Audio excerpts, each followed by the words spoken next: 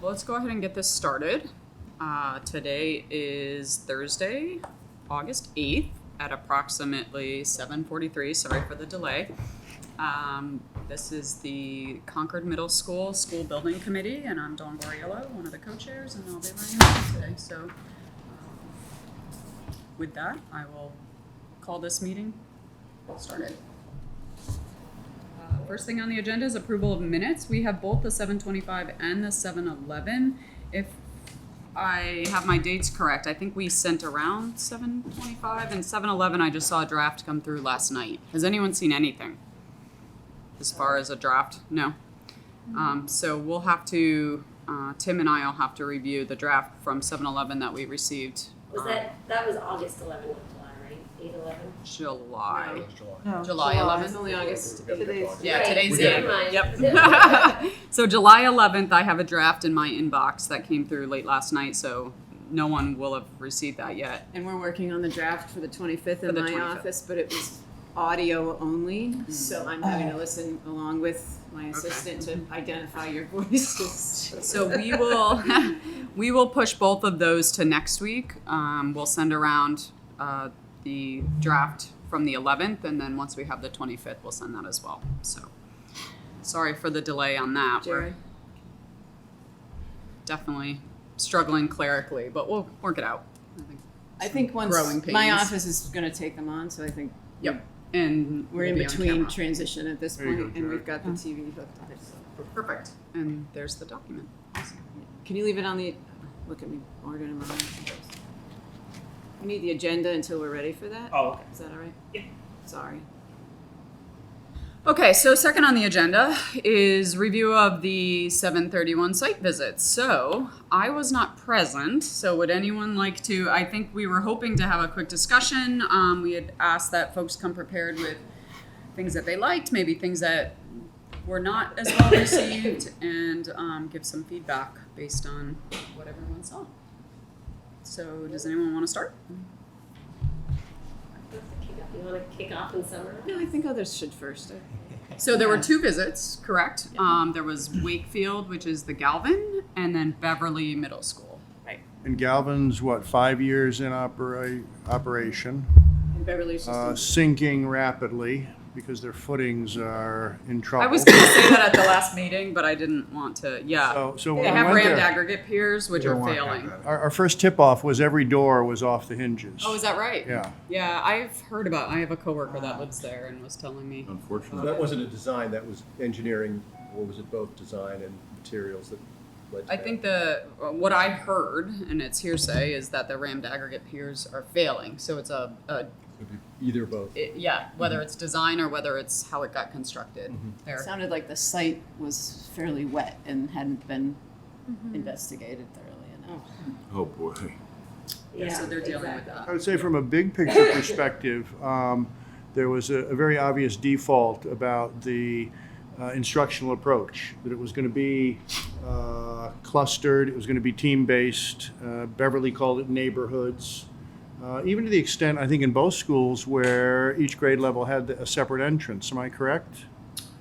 I think so. Fifth grade, I believe, definitely in Okay. both buildings. So they're had really separate thinking in entrances. terms of a multi-grade school with a very grade-specific orientation, much more so than most of us are familiar with. So that was just a given in both cases. What else would I notice? What might seem minor to some people was huge to both of these schools, notably Beverly, and that was the selection of the furniture. That they just marveled at some of their good choices and how adaptable they were, how necessary they were, how functional they were.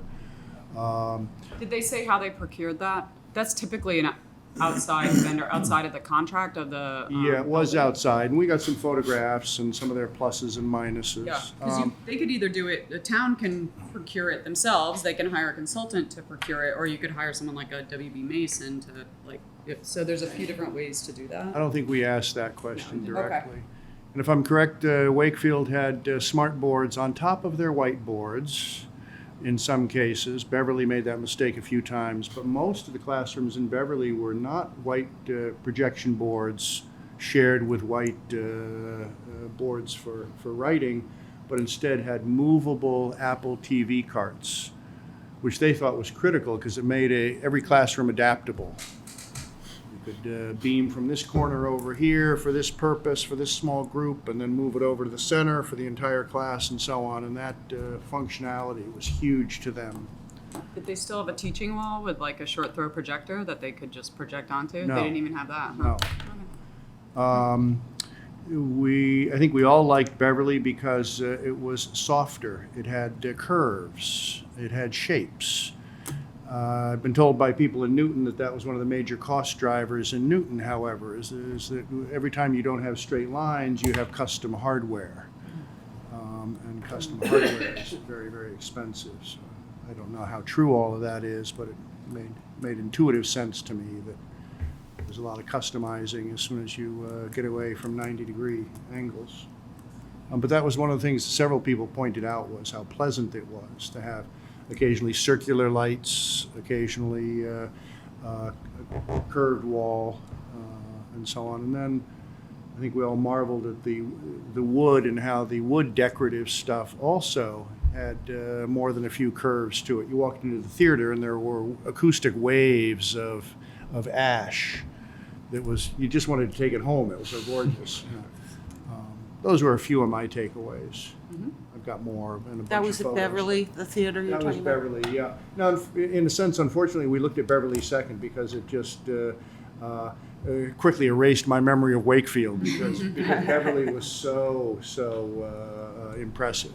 Things have changed a lot in 5 years with design. Like a lot of the wood, it's like a biophilic design, which is really speaks to how students react to soft woods, whether it's plantings, natural materials. So that's up and coming in that material selection right now.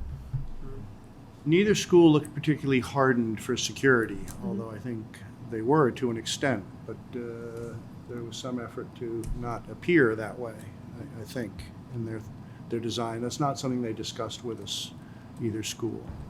And then there were a few classrooms that were notably defenseless, glass walls everywhere, and you thought if you had to hide and protect, it would be literally impossible. But that wasn't true for the majority. Did either of them have secure vestibules? Like how was the entry from as a visitor? Yes, yeah, they both did. But again, it wasn't, it wasn't the first thing you noticed.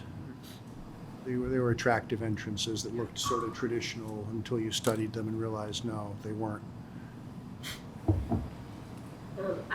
I'll jump in and add some too. I think it's interesting, Don, you just said materials, because I walked away from the whole thing and got home and felt like the word that summarized the difference in my impressions of the two schools was materials. Really, and the other word that Tim mentioned, it isn't here, was finish. And those two together really kind of summed it up for me. I think functionally, both schools, like you mentioned, made a lot of sense. You walked through and felt like, oh, okay, the teams or houses or whatever those groups are called in middle school could be housed together, and classes could move back and forth between, two spaces easily, and they had different, varying degrees of breakout spaces, but each of them had some breakout spaces. So I think functionally both of them were very helpful in terms of thinking about the design through the lens of educational objectives, which is more where I tend to start from. Then you would look at the field, and like Court said, Beverly was very warm, so Wakefield had more of the kind of traditional, I'll say traditional, from years ago, kind of middle school look, straight lines, traditional materials. Beverly, you walked in and you felt this warm feeling. I think a lot of it was the warm tones in the woods, not woods around the school, the wood materials. Even the outside of the school was certainly not wood, but it was some type of, carved cement, maybe cement board or something that looked like a wood siding. I'm not being rude, I'm just looking it up. Yeah, I know, I figured you're looking it up. Probably. But when you walked in the front door, once you're through that vestibule and into kind of the entry area. On the left is a library that has a lot of these warm tones, soft chairs, corners and spaces and nooks for kids to kind of settle in. One thing that I would add on the round lines, we did see that a lot.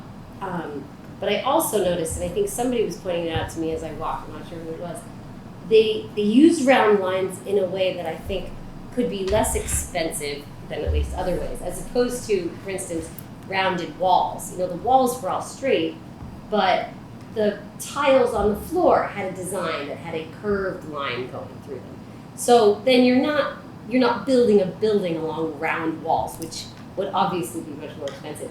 But they took the kind of the finishing materials and some of the accents and made those rounded, and it gave you this feel of round, warm spaces without actually having to build a round building or a curved hallway or something. So I think I found that very interesting as a way to think about it, in terms of design as we look forward to it. Trying to bring in curved lines doesn't mean you have to have a curved building. And you can also segment curves, which saves. So instead of it being a true curve, you take segments that are and Right, it gives exactly. the appearance of a curve without spending the money Yeah. on curves. So there are ways to accomplish that. Yeah. Yeah. This looks like a phenolic panel on the outside, which is basically a highly durable rain screen that has a laminated Yeah. face That that makes sense has to a what we wood. saw. The trekking wood, almost. What's that? Like a trek wood. Yeah, sort of. It's and the phenolic is a super durable pressed core that is essentially, I don't want to say you can't break it, but it's really hard, and it's a high durability material, and then it's basically got a veneer on it that is like laminated into it. And they've come a long way. If you go look at the Children's Museum in Boston, it's delaminating. That's a very old product. I want to say that's 15 years old. In the course of time, they've improved it, and it's much better. It's basically a rain screen, almost like a brick, where it weaves water from behind. So, and allows you to have plenty of insulation, and it's a good system. The other part on that, in addition to just the warm tones inside, I felt like the feeling of bringing nature to it was kind of teased at in both of them. Wakefield had an outdoor classroom, which was really nice. But at the same time, there wasn't granted, they didn't have the opportunity to bring in the outdoors a lot more than that because they were sandwiched between two main roads. Similarly in Beverly. But they each did, I think, what they could. Wakefield had the outdoor classroom.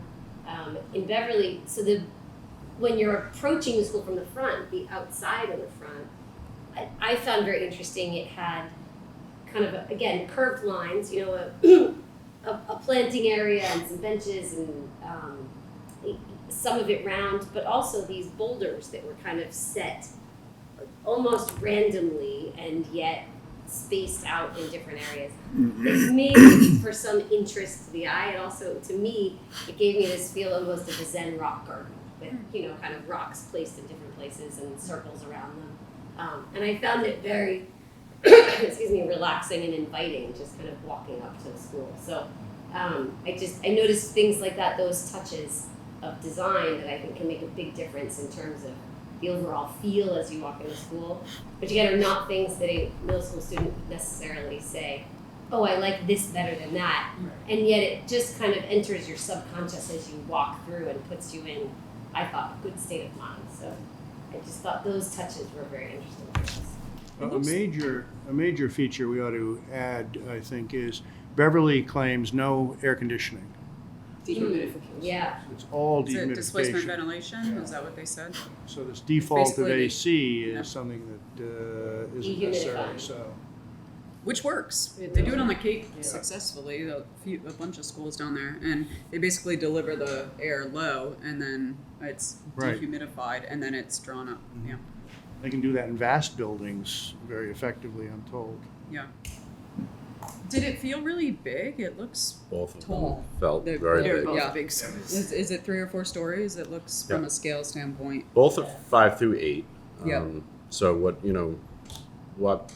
the leadership team, the middle school leadership team was present, and we just kept saying, can you be an 11-year-old? felt, walking through. What do you notice? What do you see? And that just kept coming back to us. This building feels huge. Yeah. And even though it's 5 through 8, we have 11-year-olds that come in Concord point for 6 as well. The other takeaway that I had was in connecting with principals, how quickly both made last-minute decisions of moving special education classrooms, offices, maker spaces. What I didn't have a chance to ask was just, what does that look like? Because the design process is so well informed, and you get so much into the weeds in terms of designing a space for a purpose. And then, it almost sounded like, in fact, one of the principals said to me, yeah, second day of school, we just moved it to another part of the building. And I'm thinking to myself, what does that tour look like when you bring your committee back, after the kids are in, and you say you move things around after 3 years of saying, here's why this office is here. Here's why these special education students are here. So that was curious. There seemed to be a disconnect there. Two notable examples of what Justin is talking about. One is they decided to cluster their guidance and counseling differently, with the challenge of how do we make them highly accessible but not have them in traffic. Yeah. So where do you put them so they're really at hand for kids, but not so much so that they use them unnecessarily? I think that was their thinking. And then correct me if I'm wrong, Justin, for basic supervision and support for students, they moved 2 assistant principals into offices that overlooked the open space. Cafeterias, Yeah. So they almost looked like warden's offices. Sorry for the analogy, but no, they did. They were located just that way. Yep. So they had these beautiful sight lines. Yeah. And I believe it was either called them maker spaces or project rooms that had basically a wall that was it's like a gate that you could open. And the principal has shared that, the students walking by are so distracting that space just really isn't used as well as it should. And it's one thing to move assistant principals within the building, but it's another thing, again, for a process like this to get so excited about project-based learning and design those spaces and then find out it's not being used like that.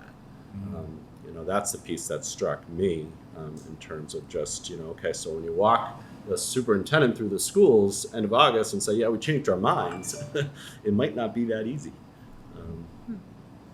Some of that's adjusting too, if that's not what they're used to, because we do hear that. So, there's a balance between having schools feel like, for lack of a better word, a prison or like a lockdown, like everything's closed off, and then having it too open, and you try to find that balance for every client. But there is an adjustment period of people getting used to just, whether it's people walking by, the doors open, they can see into classrooms, and also distractions. So there's an adjustment period that comes with that, in my experience. Yep. And there were even some simple mistakes. They put grating on stairs, grill. And so apparently every kid who goes by needs to click his pencil along it. Of course. And so just little opportunities to be youthful and fun are going to get exploited completely, for good or ill. They would take all those grills out if they could. That's funny. But the lesson to me was those little things matter a lot.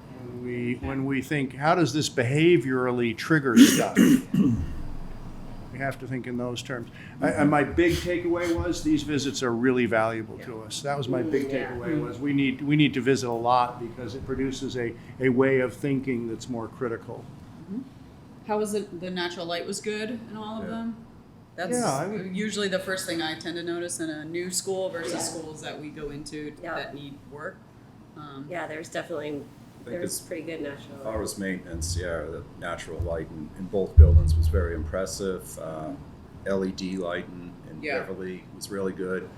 Rooms with large ceilings, it was well thought out. The lighting was low enough that it was accessible. In the aisleways, I really liked in Beverly the open ceiling concept that They painted everything white, but all the mechanical equipment is Of accessible. course, Russ liked that. Oh, yeah. So you can get to it. Yeah. They even, the railings, something small as that, but they're all stainless steel. If Yeah. you try and paint those, it's just a maintenance nightmare. We've been going It's that never road a lot. ending, It's yeah. definitely a front end cost, but Yeah. from a maintenance standpoint, Yeah, we're hearing a lot of Yeah. please use We're stainless. not gonna repeat that. what We did at typically high do it school. in like the nicer stairs and then the back sort of exit only Yeah. save money. Those ceilings that you mentioned, I think it was in Beverly, they had, Yeah. I found it very interesting, they were open, but then with kind of hanging floating ceilings, almost kind of a floating Like some panel wood, yeah. that mostly hid, Cloud. okay, Yeah. a cloud, that Yeah. mostly hid what was up there, but not totally, but whatever was up there was, like you said, painted white or black to And- blend in. And the big key, accessible. Yeah, very having to rip the Acoustically, ceiling And I off. felt you nice and guys open. weren't there with kids though. I wonder acoustically Right. how that would be Right. with all kids changing classes, and that would be my only worry. Yeah. But maybe they Yeah. did acoustic deck or something that would help with that.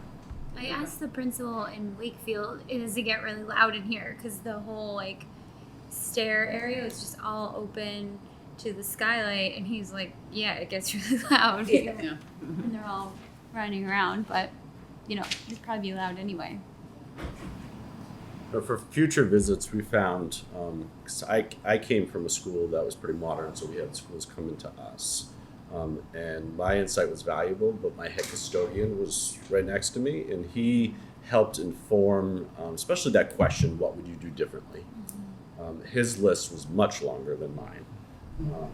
So, that's a person we can tap into as well on future visits. Especially, one of the two principals wasn't there for the design process. I believe he came back as the building opened. So sometimes you have administrators who are speaking about institutional knowledge, but they just might not have it. Sometimes that head custodian often does. Great. We're Anything gonna- else? Just that we're gonna get organized with the photos we took, so that it's Yeah. accessible to the committee. We just didn't get to that before today's meeting. Okay. Does it make sense to do more visits at certain points in Yeah. time as we go? Or Definitely. So thank you. That's a nice lead in You're to welcome. establishing dates for You're future site welcome. visits. And they're moving. So there was an invitation through Matt to go see one of the Cambridge schools coming up. I believe it's King Open. That's a Arrow Street William Ron project. They say they're net zero. From my understanding, is their photovoltaics off-site. So there's, I don't know if you can call that truly net zero. It's not on-site net zero, but they're really close. And when is that visit? I'm sorry, I don't have that in my head. It's late August. Late August. August so- 20th. I think the 23rd. Oh, the Yeah, 23rd. it's- I know I'm on vacation, and told that's you why I Mine didn't. as well. Yeah, so that's a tough time. It's But- unfortunately sold out. Oh, it is. For what it's worth, I can But I'm try going to so get. I can Oh, you're I'll Great. Okay. report back. I got Oh, in right good. before great. it sold out, I guess. I know people in my office have already toured it, so yeah, I think we could I probably can ask probably. for a tour.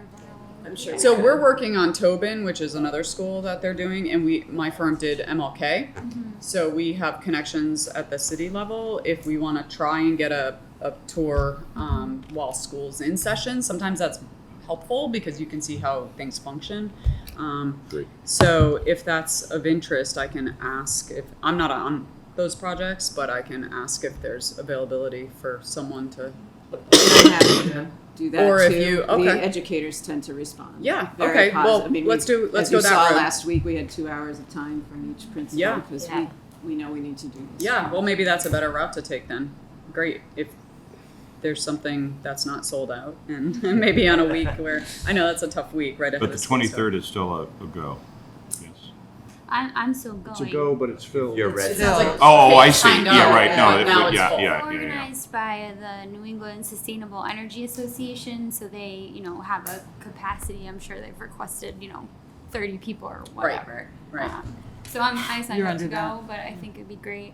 I can report back, but it'd be great if we can all. You know, we Yeah, could work on whether a it's a tour group tour for- and Yeah. have. To be honest, they're just about to open, so they're going to be doing a lot of Yeah. tours coming up. Sure.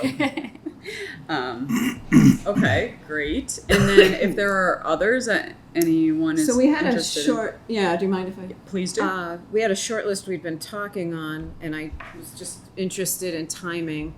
These other two schools, literally, I asked for tours the week before. That's not the preferred way to be asking for things. So our short list had been Hanscom, which they needed to wait till school opened. I really think more of the committee needs to go back to Situate. Some of us have been there, but I think it's a building worth more of you seeing.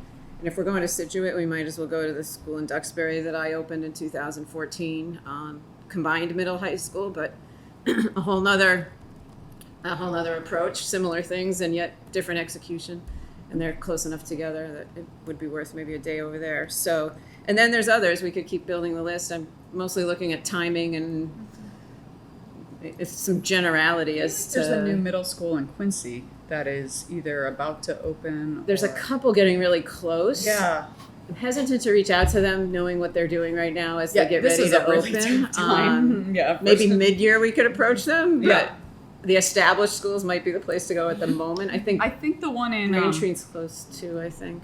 I'm pretty sure the one in Quincy is a middle school, and I think one of my former coworkers is on the CM that is building it. Yeah. He's like the key guy, so Right. I may be able to get Okay. him to give a tour. He built it. Yeah. So So timing's the question, and then we can figure out the list. okay, great. So I think are as you going to reach out to them once school starts? Is that the plan? Well, I'm happy to reach out to these folks anytime. I just need to know when we would wish to go.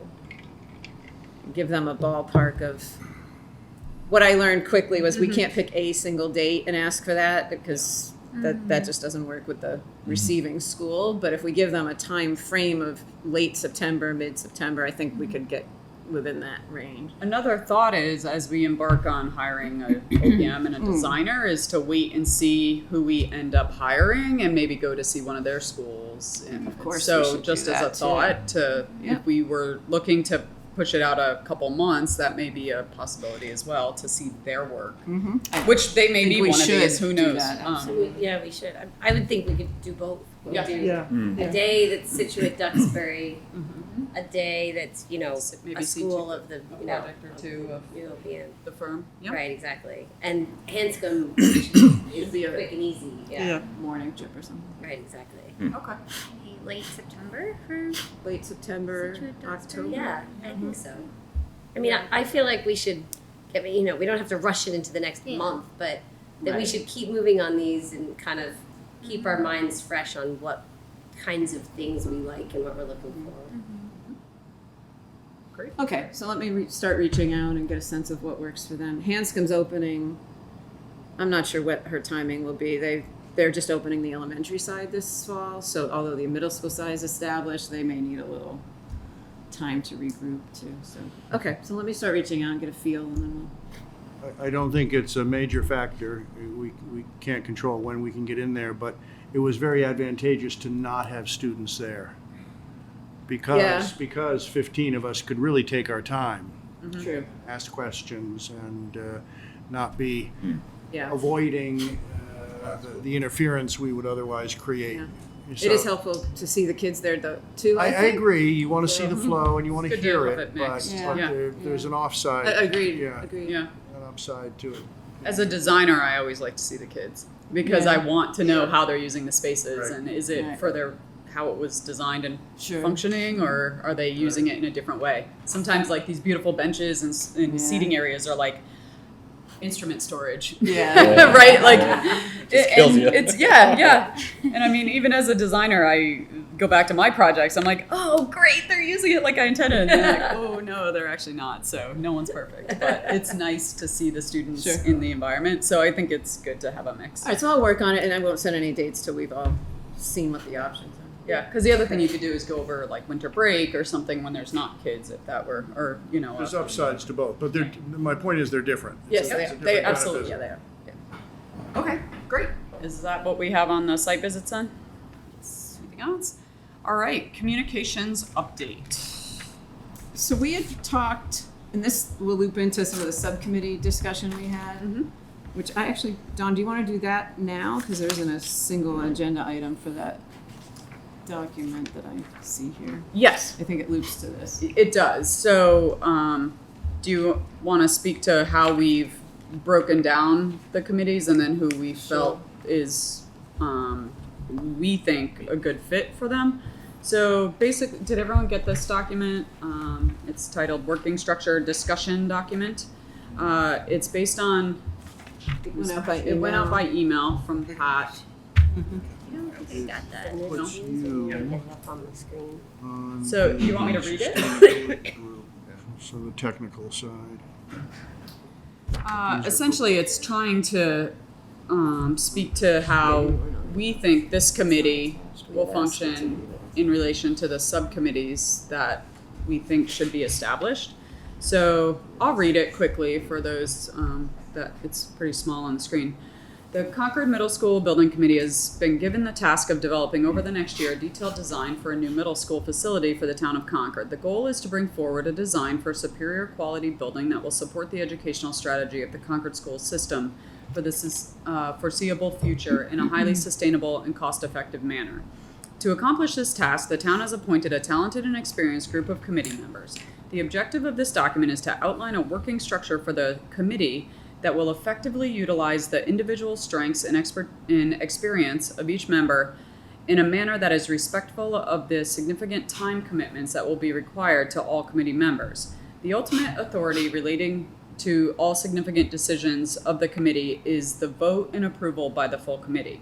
The full committee will generally meet every 2 weeks. All significant decisions of the committee will be reviewed and decided in full committee meetings where all members are encouraged to participate.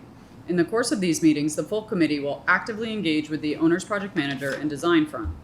As there is significant detail to several aspects of this project, however, it will increase our efficiency to assign members to subcommittees directed at various issues. The following is a description of these subcommittees and an outline of their general responsibilities.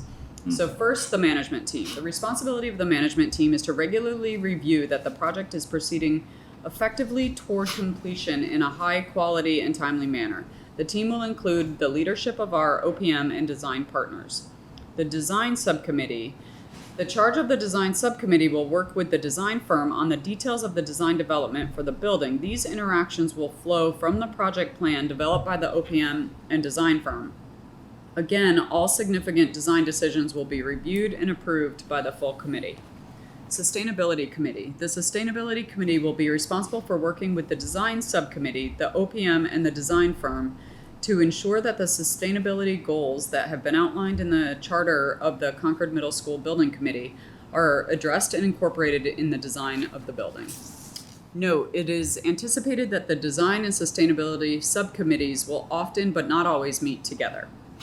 The Educational Strategy Subcommittee. The Educational Strategy Subcommittee is charged with articulating the facility implications of the educational strategy that is anticipated for the middle school.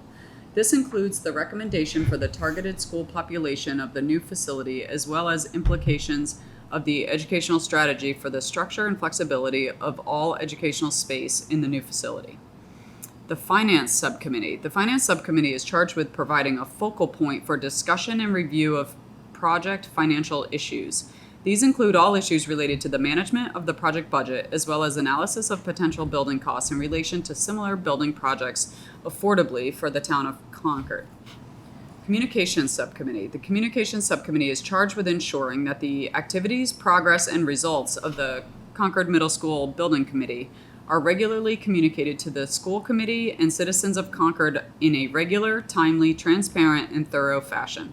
This subcommittee will meet on a as-needed basis.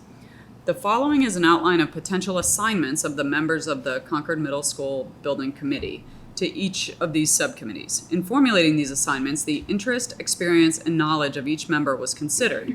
Additionally, an attempt was made to make sure that town citizens, town employees, and town committee members were distributed somewhat evenly across the range of subcommittees. It is also recognized that all members have volunteered for the Concord Middle School Building Committee, and they have other employment and personal commitments that place demands on their time. So with that, here is what our conversation led to. For the management team, Lori, Tim, Dawn, Pat, the OPM that we hire, their project manager, and then the design firm that we hire's project manager. And if you need a description, I just read it. It's also on the front sheet. The design subcommittee would be Dawn, Lori, Court, Charlie, and Charlie. Yeah, Chris. Chris. That was a sorry typo. about that. I'm like, wait, that doesn't look right. Don't worry about Chris, it. we got you. Hey, you. As I was reading it, I was like, there aren't two Charlies. Sustainability is Kate, Russ, Frank, and Matt. The educational strategy subcommittee, Lori, Justin, Heather, other relevant school personnel selected by the superintendent for specific issues, which makes sense. The financial subcommittee, Tim, Susan, Jared, John, and communications subcommittee, Pat and Heather.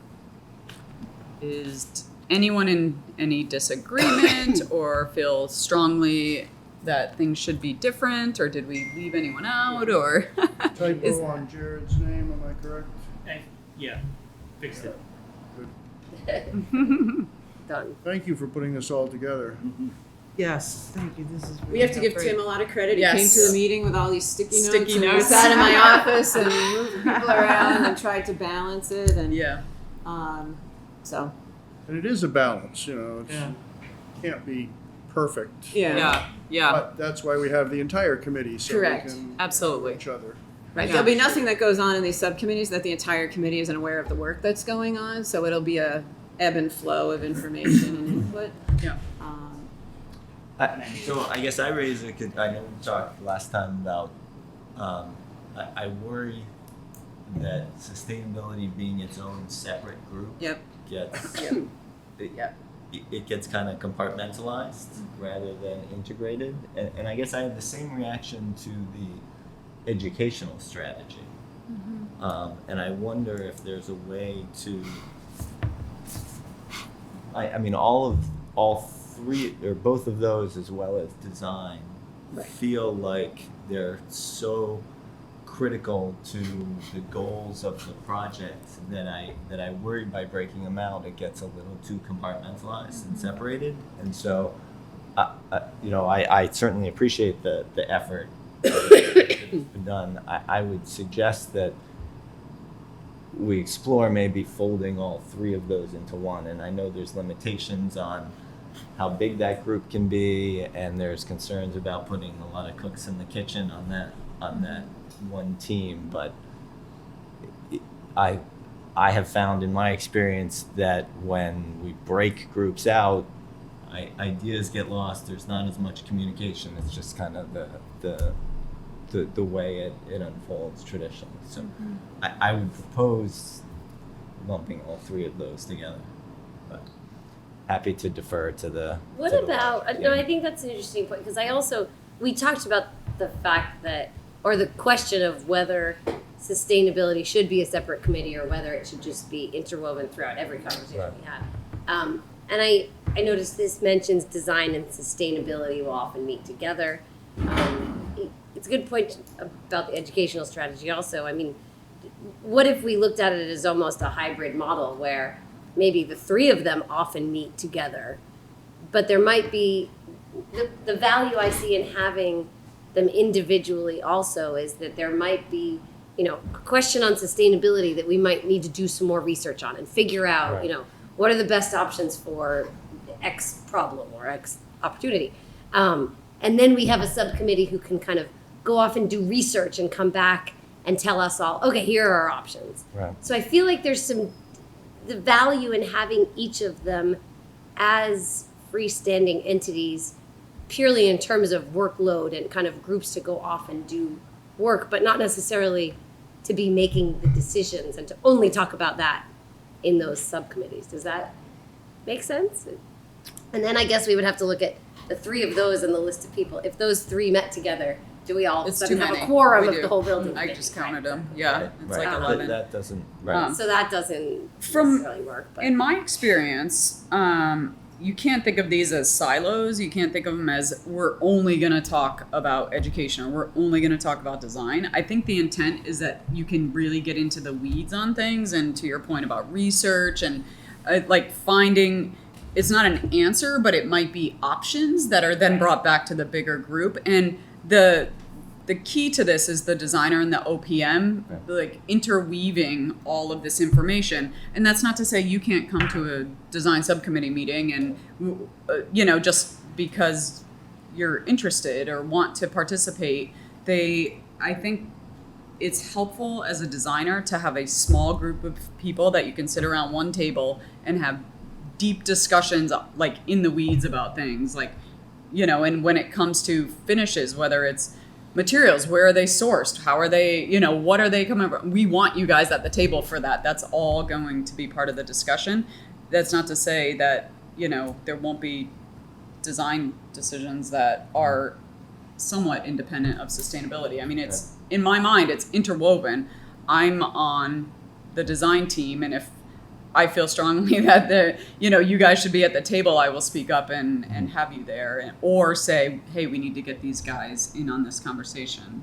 So I worry less that there are silos of space, but more that the designer and the team will, take all of these bits of information and weave them together and form a great design. I think that's the intent, is that it really can be a working group, a group that's small enough to, everyone has a voice. Like a table like this, there's, it's harder to get definitive decisions and work accomplished. No, I fully appreciate that. Yep. So I think But Matt that's just brings my up an perspective. important point, though, and that is, this is always the tension, isn't it? The more we specialize subgroups, the more we add our communication burden, our cross-committee, subcommittee communication burden on us. Yeah. So how much specialization at the cost of how much communication has to then occur, so things Yeah. don't get lost. Right. yeah. But I think we're addressing that by noting it as a potential challenge for us. We have to be watchful that Yeah. things don't get lost. And that's not to say this can't evolve. Right. And, in the early phase, it may take on one form, Right. and then as we Right. move deeper into the project, it morphs into something that is functioning differently. Yeah. And the words I'll remember are, these subcommittees are about research, fact-finding, opinions, recommendations. Yeah. We didn't say decisions. Right. Sure. I think another aspect of it is that, because each of these subcommittees is also subject to the open meeting law, the fact that they'll have to be posted with an agenda 48 hours ahead of time will give other interested, if you're interested in one of the other, or I'm interested in one of the others, a heads up on when they're meeting and the opportunity to participate if they wish, cross subcommittee. Yes. That was my point about Matt. Like, he could, if he Yeah. has an interest Yeah. in something that is being talked about on a committee that he's not on, can still come as a public. Can we speak explicitly to membership? Are people comfortable with where they've landed?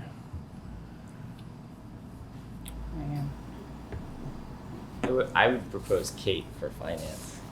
I would volunteer for the finance committee because obviously I can bring sustainability expertise to the sustainability subcommittee, but I think that sustainability and finance really go hand in hand. Do you have and- time to do both? Yeah, we were trying to honor your That time and other Yeah, obligations. yeah, I'm happy to do Because that's both. really have- 3 Yeah. committees you're Yeah. working with then. I think it's important, so Okay. I'm happy to do both. Okay.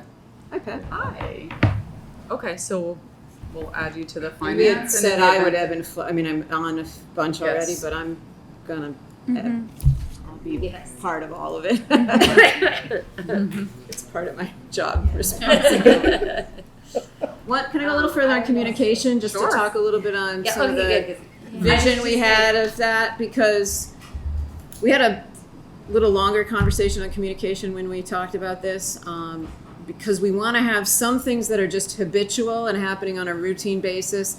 And then we started to see the subcommittee maybe on an as-needed basis where if we could, and these were some pieces we wanted to just bring for you to consider and maybe loop back next week. Because we're in the business of communication out of my office. There are some piggyback strategies that we can have. Tom Lucy's here. He's our part-time PR, school-based PR consultant. He always writes a report after school committee meeting. He's willing to come to these meetings and draft a report of a summary of what we do here that the chairs can look at, and we will be able to distribute that to the journal and to the web page and to some places that we typically do those kinds of things.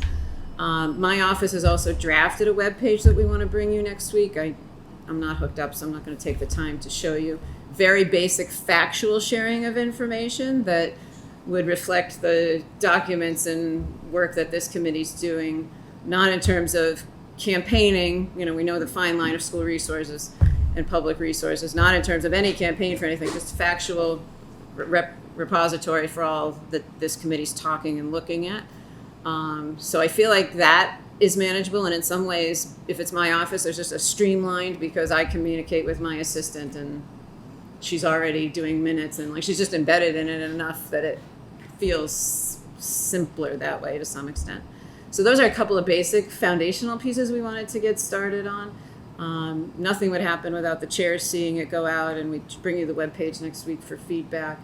But I think if we can just get some habits and routines going based on the other habits and routines we already have, it'll flow. And then we can look at whether we want to build an email that, so that we have other committees where you can email the committee off of the webpage and it goes to the whole committee to see what somebody's asking. We were debating some options for that so we can take questions at any point.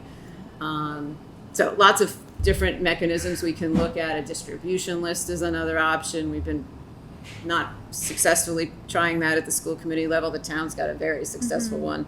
So do we piggyback on that was another discussion. So we just want to keep bringing you ideas, and I think then my vision became that the subcommittee could meet on a more as-needed basis when we're ready for forums or any events, that kind of thing.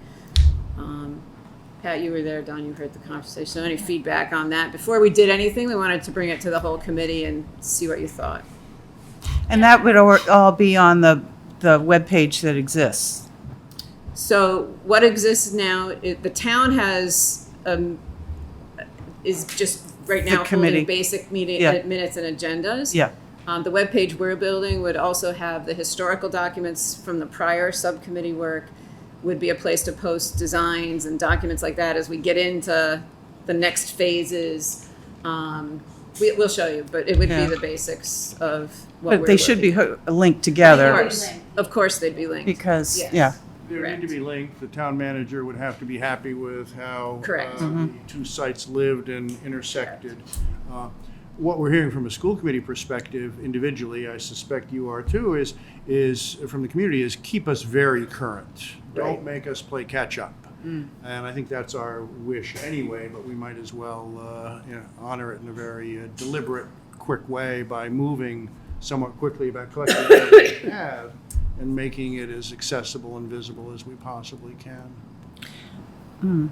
So I might, Erin Stevens is the information person for the town, that she should be connected somehow to this. Sure. So there's a fluidity. Sure, absolutely. We'll loop her in more specifically.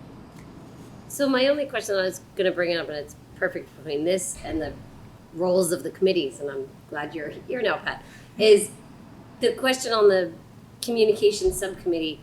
The one thing that I want to be careful of is that we're able to communicate out quickly and efficiently without having to call a subcommittee meeting and post it 2 days in agenda and have it, 2 days in advance and have an agenda in order for Pat and I to discuss, sending out some communications. And so in terms of what you're saying, I want to make sure this, Lori, if you and your office are kind of owning some of the regular communication, that means we don't have to be posting subcommittee meetings with agendas 48 hours in advance just to talk about how we're going to share information out, right? I just want to make sure that by creating a subcommittee, Yeah, that's a good question. we're not making it so hard to Yeah. communicate anything out that we can So, get things out. I think you're asking, do we want a subcommittee or another Do structure? we want a subcommittee, or do we just want A liaison or? a person who's kind of in charge of making sure that all this happens, or do we Or is the subcommittee for when we will be getting to things where we need to do much bigger outreach, like holding public forums and that kind of stuff, where we need to sit and do some planning. Yeah. That's what I'm thinking the subcommittee more is, that you and I are, that there'd be a document that describes what all the habits and regular things are that are gonna come out from this committee, and where they're gonna be, so that it's fully transparent of what that piece is. Okay. The communication of the process of the committee. Okay. The subcommittee would be, we're there for when we want to start being face-to-face with the community to talk about what's going on, and we can. And planning that. But it wouldn't be these regular reports. Regular present. What if we call it something like community relations subcommittee, something like that, just to, Sure. does that make any sense? I think whatever we decide to do, that you should run it by the town Yep. clerk, just because she's pretty. Yes, that makes sense. I just want to make sure that we're not stepping on our own feet by Right. creating a subcommittee, and then all of a sudden, I'm in Lori's office and we have a discussion about, we should post this on the website, and that becomes something that would have been under the communications subcommittee, but we didn't, discuss it in a public meeting, and therefore we can't post it on the website, and then we're getting in the way of our own trying to be transparent. I just want to make sure that. That's a good point. It's a very good point. It's really it's a tricky balance. Right. But Kari is very knowledgeable, helpful, and I would suggest running it by her. Okay. Because So Susan, can you explain to me how Carrie's would be helpful with this? I just don't just know because the role. she is very informed about the open meeting bylaw. Okay. That's the That's the piece. piece. All right. Yeah. Right.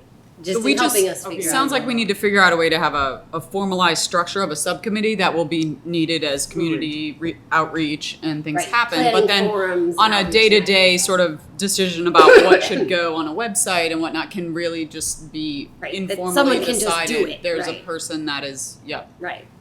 So I will bring for next week a very specific list of what we're proposing for habitual routine communication and who's doing what. We'll loop in with Aaron, get all tightened up on that, and then we'll work on the open meeting subcommittee, get a little more information to bring you to.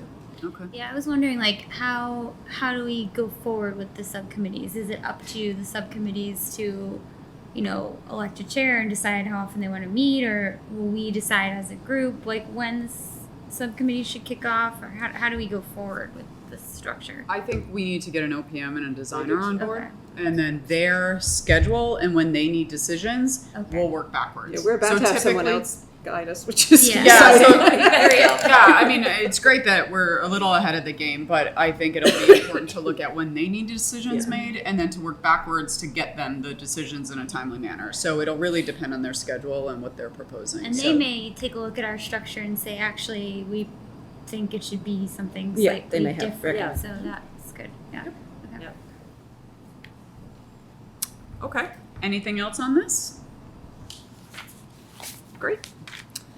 Heather or Alright. Chris, could I have an agenda? Or Oh, Oh, yes. Okay, so moving on to agenda item 5, OPM selection process. I'm gonna turn this over to Jared to give us an update and then we can discuss. So on Monday, we received, the bid deadline closed, the RFS closed. We received 9 responses on Which, by the way, is a very good. very good. About 50 or so firms or people have pulled the bid, give or take, some multiple times. So on Tuesday, the subcommittee met. We reviewed all 9 responses, and then then as a group, we scored them, if you remember, based on the 130 points. There was one question that we did not score them on. We were going to do that after we called some references. From the 9, we narrowed it down to 6. We ranked them anywhere from, I think the lowest was around 83 up to 96 to 98. Anyone in the 90s, we decided to call and do references, which created the list of 6. So for the past 36 hours, that's pretty much all I've been doing, as well as other people, cold calling many districts. So here we are. I think some of us have some updates as to what references said. I think the goal, just to say what I think we're trying to get to, interviews are scheduled for next Wednesday. And so the discussion in the committee, as a subcommittee, we decided that it warranted a bigger picture discussion. The 6 were all solid enough based on the process up until Monday that we felt the reference information should come to this big committee today and then collectively decide who we were going to bring forward for interviews next week. I think that number is up for discussion. We had initially targeted 3, but I think that's part of our decision today, is whether we are trying to get to 3 or are we willing to bring more in, dependent on the information you're going to hear. So how should we just speak to the references then? We have all the criteria and our rankings from the subcommittee meeting on Tuesday. I have 2 questions, and I'm looking at Lori. Are we saying names, or are we going to speak to them as just a general firm? Yeah, just so context of why Dawn's asking that. On Monday, we decided to not use the names of the firms on camera and in public, just because it's so early in the process. So we used numbers to do that. Now that we're down to 6, Dawn's questioning whether we're ready to start using names.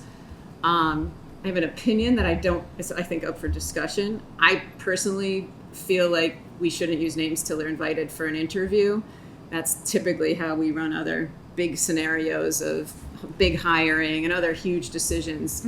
Until they're a finalist or part of that really short list, we've honored a bit of their privacy, which is tricky in public meetings, is what's different this time. That's the way to do it. Yep. Okay. And, they'll know who they are. They do know who they are. Right. Yeah. And they may know who their competitors are. But so we'll speak to them as far as numbers and in the order in which we received the proposals, and then speak to people in relation to their role, I think is the best way to do it. So just so everyone's clear, often there's a big picture person. So like a principal in charge or a project executive or a operations person. So that's like a high up person. You may or may not see them on the regular as far as a job, sort of a day-to-day. They're not always fully involved. Then there's usually a project director, and that person is the highest in the sort of branch of people. And then often they have project managers, whether there's a senior project manager or a project manager or an assistant project manager, just so everyone kind of understands the roles as we talk about them. Those are mostly the major roles. Then you may hear like a field representative, and that's typically the person that's on site during construction. So just so everyone's clear on what people's roles could be. Project director is very important, and the main project manager, and in some cases there are multiple, but either a senior project manager or the main project manager are really the 2 people on a day-to-day basis that you're going to pick up the phone and call. So just so everyone's clear as we talk about roles, those are the major ones. So Jared, do you want to start with some of what you heard and or received? So I wrote down some names. I will exclude names, and I've also been asked by a number of references that that were not on the reference sheet given to us to not use their names. So again, I'm not going to use any names. So I'm going to start with applicant number 1. Applicant number 1, I got 3 references on. 2 of actually were the same building, but different parts. One person was there in the beginning. He gave me their experience in the beginning, and then the person that closed out the project was somebody different, and he gave me their experience. So starting with that first one, this is a middle school project. He rated them communication, budget control, document quality, schedule control, and construction control, all excellence. That is how I did all of our references. I used the MSBA formula and guideline. There was really 5 different categories. Again, communication, budget control, document quality, schedule control, and construction control. And that's how I asked my questions. So some of the highlights on this particular project, they really talked about the project director. The project director was with a different company that then moved to this company that is putting in the RFS. So that's what I spoke to them about. The first one couldn't say enough about this particular person.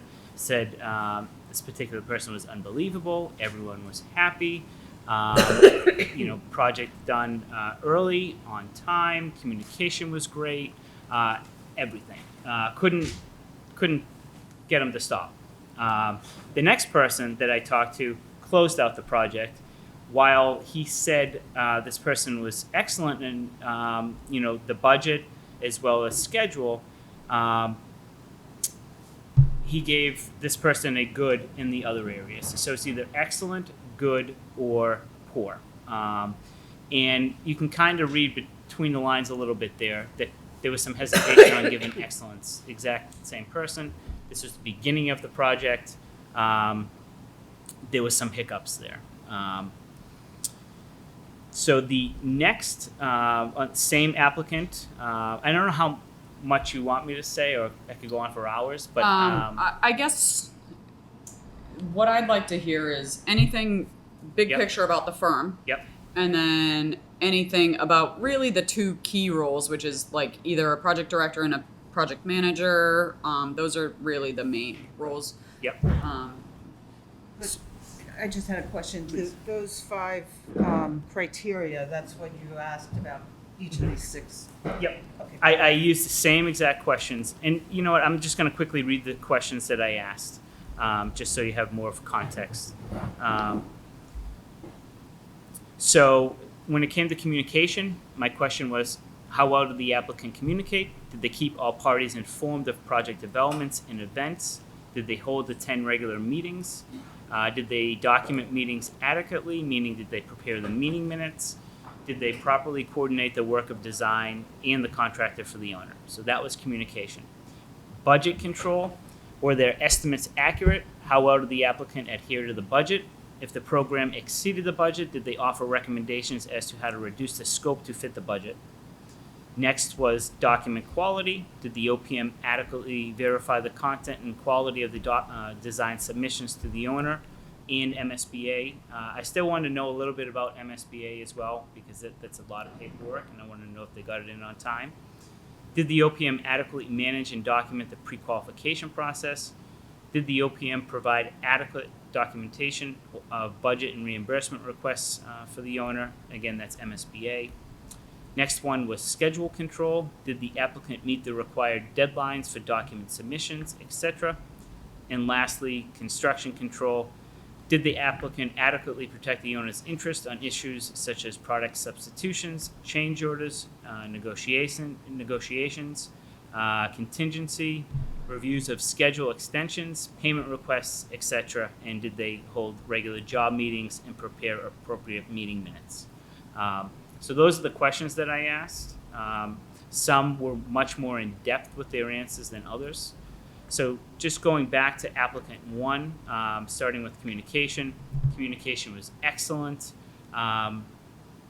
They originally were not the original OPM firm. So the original OPM firm that led them through feasibility and schematic, they switched after. So this firm came on. And is actually a different applicant, not to get confusing, but there's a lot of people leaving firms and going to competitors. So just so everyone's in the know on that, there's a lot of, I had to, even knowing what I know, say, well, this project was listed on both proposals, like who actually did it? And the reality is a firm may have done it, but one of the people on the team may have left and gone to a different firm. And if you look at sort of how things are asterisked or noted, not to jump on Jared, I wanted to let him finish, but in the case of applicant 1, they highlighted 12 projects in the back of their proposal. 8 of them are not with the firm, but projects that people did under different firms. So just worth noting, Yep. have now Yep. gone to that firm. So when we are thinking about this, are we thinking about a firm or a person? person? But how much are we guaranteed So- to get the person Right. who So is listed as the that is the question. I'm actually going to speak to that with one of the applicants because the people in the bid, the prospectus, are not necessarily the ones that are on the current project. Their substitutions are excellent, but who came to the interview, who was in the report, is not 100% who they're getting. And this particular firm did not designate the time. So Right. some say I'm going to, the project manager is going to be there for, 2 days a week. You on-site coordinator there 100% of the time. This firm did not do that. So that will be a question that we'll probably, if we send them forward to ask. I was gonna say, across the board, we should have them come prepared to, anyone who right. comes, come prepared to speak to the dedication of time and the exact amount that and speak to the availability and the fact that will they truly be on this project? Right. What is the insurance, the insurance that they'll be the people that because you really do hire people. Right. You want to make sure the firm is good and has a good reputation and does quality work, but it really comes down to the key personnel, which is why we did such a exhaustive reference check. Right. No, on I the mean, people. I'd be concerned that we get somebody who presents very well in the interview, and then we get They're out there. Different It's a bait and individuals. switch. Yep, Yeah, sure. they have It it. happens. Yeah. One question. Sure. I don't know if we can address this, but I remember at our site visits last week, somebody singing the praises of their OPM who said, my only concern was when the job was done, when the final check was cut, communication ceased. What I heard was debugging, problem solving got extremely difficult without that expertise. Is there any way we can address this up front? Is that part of the references? It will be. Can be I part of did the not ask that. interviews, Yeah. I Yeah, think. Punch interviews. list is one of the most important Yeah, things. I mean, that's Close- not an atypical story, unfortunately, Yeah, I was but it gonna can say be part of it's the fairly interviews, common. for sure. Yeah. Closeout is Happened in the my toughest. The final 5% is always the Yeah. toughest part, Well and then they're imagined, moving on. Yeah. But that is an excellent point. I do remember them saying that. So that should be an interview question. Yeah, I think that's also important part is how we set up the contract, because when they receive their final payment, that's What is That's- done? fine. That's Right. when they lose Right. interest, So, Matt, so right? I'm very Kick back sympathetic to their that. Once they got I their accept the money. keys. We just need to until- structure a Yes. contract so that we get continued support through what we consider done. Yeah, what does access look like Correct. after completion? Great. So I'm still not clear, and for number one, are we talking about a person or? So number one, the first two references I gave Yeah, were on the person who is the project director. And okay, that is a very big position for Right. this. Now, this next reference is a high school project, and they're talking about the entire firm. A very, Before you go too Sure. far, Yep. and I don't want to confuse things, do people want to hear what I heard about that person, the project director, before we move on to the different? I heard that, and everyone should know these are not references that were listed. I reached out to my peers in the professional world, knowing that they've worked with all of these folks, and I just took a sampling of different firms and people. So. I heard concerns that this project director may be overworked, and that everyone should know that it's been indicated in the proposal that the amount of time this person would work on our particular project is 50%. So that concerns me. This person would definitely have more than 2 projects. I'm actually aware of a project that this person will be working on that's quite large, and it's new to their firm. So and also that a prior project under the other firm didn't go that well for a particular town or city, and that there are residual effects with current projects based on that bad experience. So just so we're closing the loop on that particular role, that's what I heard from the professional world. And everyone should know, take things with a grain of salt. Architects are going to have a very different opinion of an OPM than, say, a town or a principal or a superintendent. So I tend to hear the more negative things, just putting that out there, because, everyone has expectations of what their role is and what others are. And when you're all part of a team, maybe you feel like you're taking on more than you should. So take it with a grain of salt, but that's what I heard about that particular role. So, but wouldn't the references be, or wouldn't you be talking to the end user for references primarily? Because there's probably, at every juncture, there's a person who there's a role that has a different opinion. Sure. But to go right to the, the project owner. The Right, client. the client. The So client. that's what I did. That's what you did. But so if you go by the references in general that they put in their book, those most likely they're going to have excellent references. So we both went a little bit off the references. But for the most part, I talked to the school side. OPM works for the school.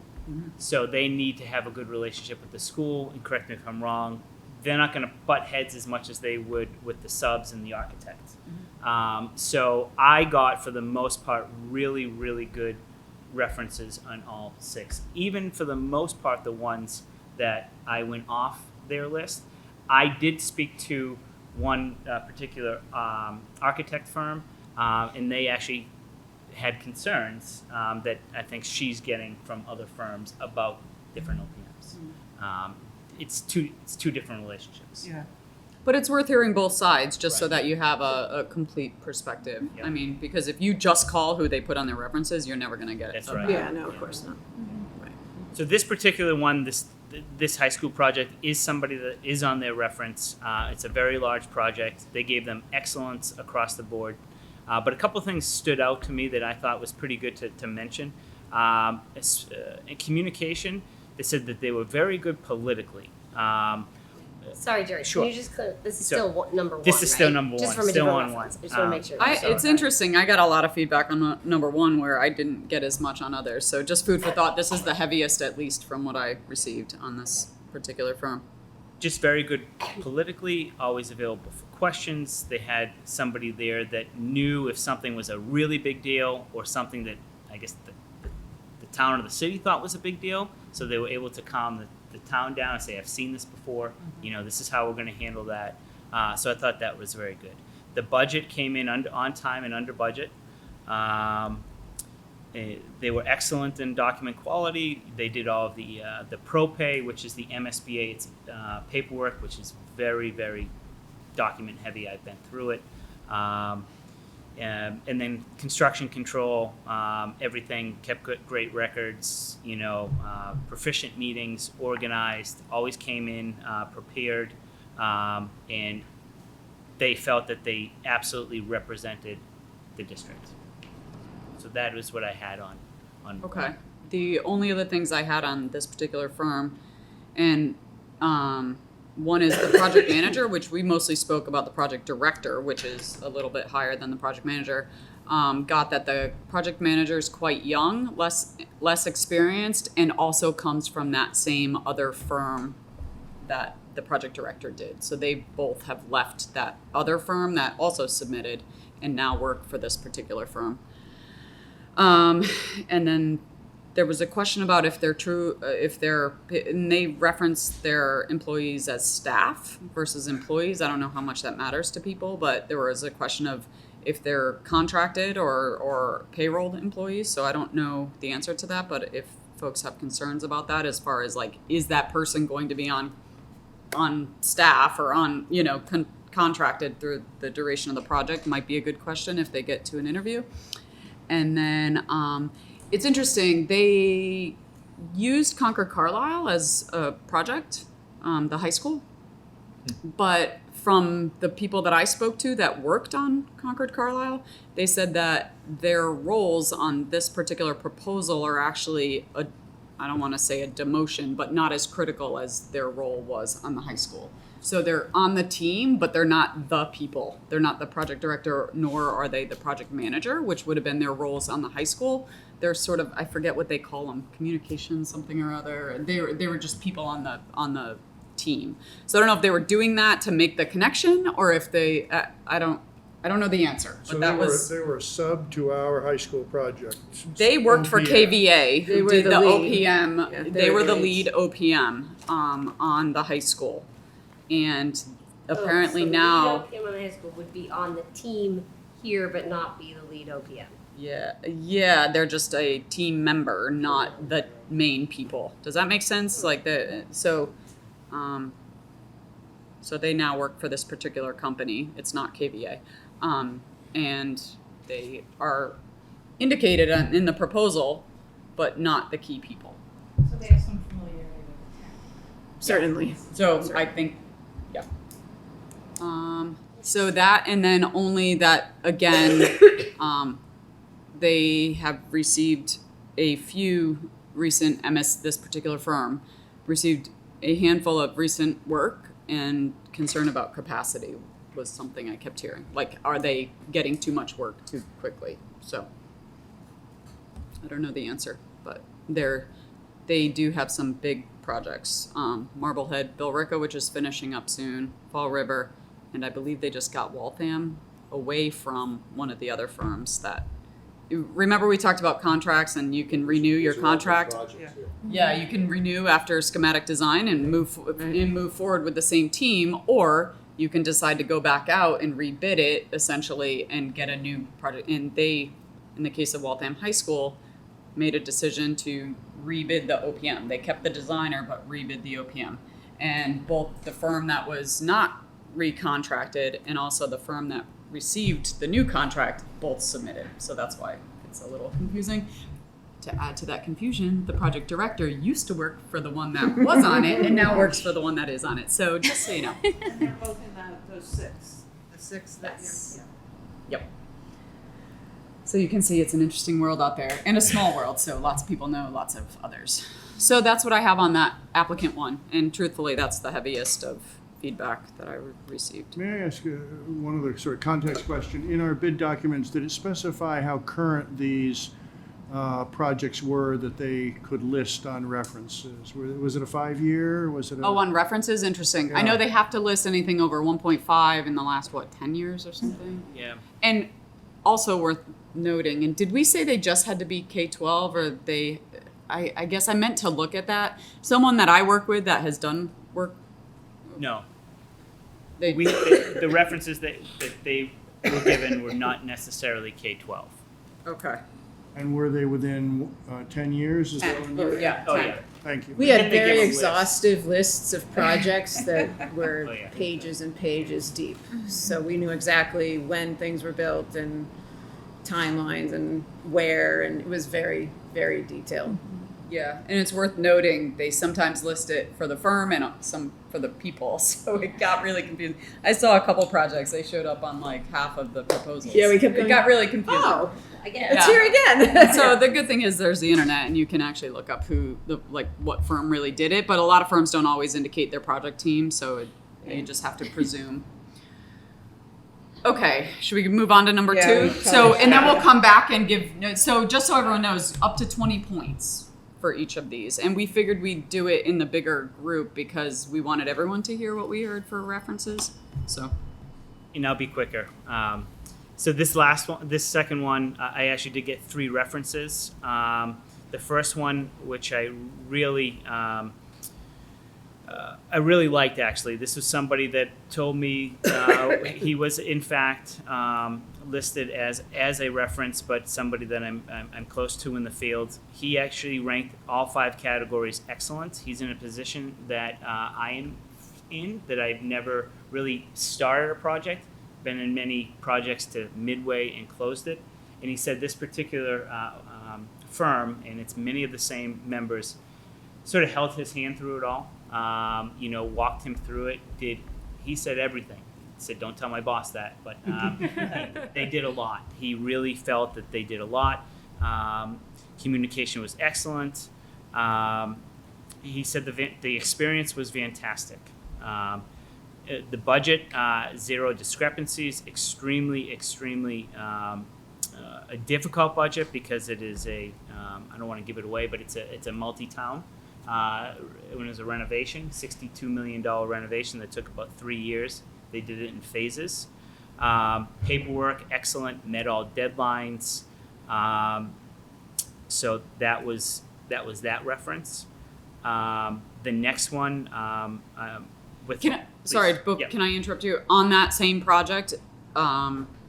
Again, not to give it away, my firm was the architecture firm. I did not work on the team, but got also great references from the team on that particular project. So just worth noting as a piggyback. Second reference, they're in sort of the beginning stages. They gave all goods except for budget. They were not able to answer budget yet because they're so early. But they said that, let me see, so I'll give it away. The OPM that was originally on the job was replaced. The OPM that has come in since has been excellent. For that reason, this person gave them a good in communication. They listened to the concerns of the district and made a decision that this person is no longer there, whether they retired or they were removed from the project. Wait, sorry, clarify that. Sure. You said the OPM who was originally on, that's this firm The- or I'm another sorry. firm? The when I say OPM, I meant Person. the person. The person, okay. The The key project personnel, director, whether the key it was a personnel. project so the director or key- PM. So this firm replaced the original person Person. who was on it with the current person. Correct. And that's the person that we're talking about now? Yes. Okay, so the good rating, was that supposed to be overall experience or about this person that The we're talking good with? right now, it's a good overall experience. Okay. It's a good overall experience. That It might have been by- bad if they didn't replace. It might have been poor. I think Okay, was the okay. answer if they hadn't. So it could have been that the first replaced person was the- poor and this person is excellent and the And- good is the average? Yes. And if you talk to this person in a year, they could go up to excellence, but was not comfortable yet getting rating higher than good. They've had some hiccups. Got it. And the firm understood those concerns and dealt with it. And right now they are happy.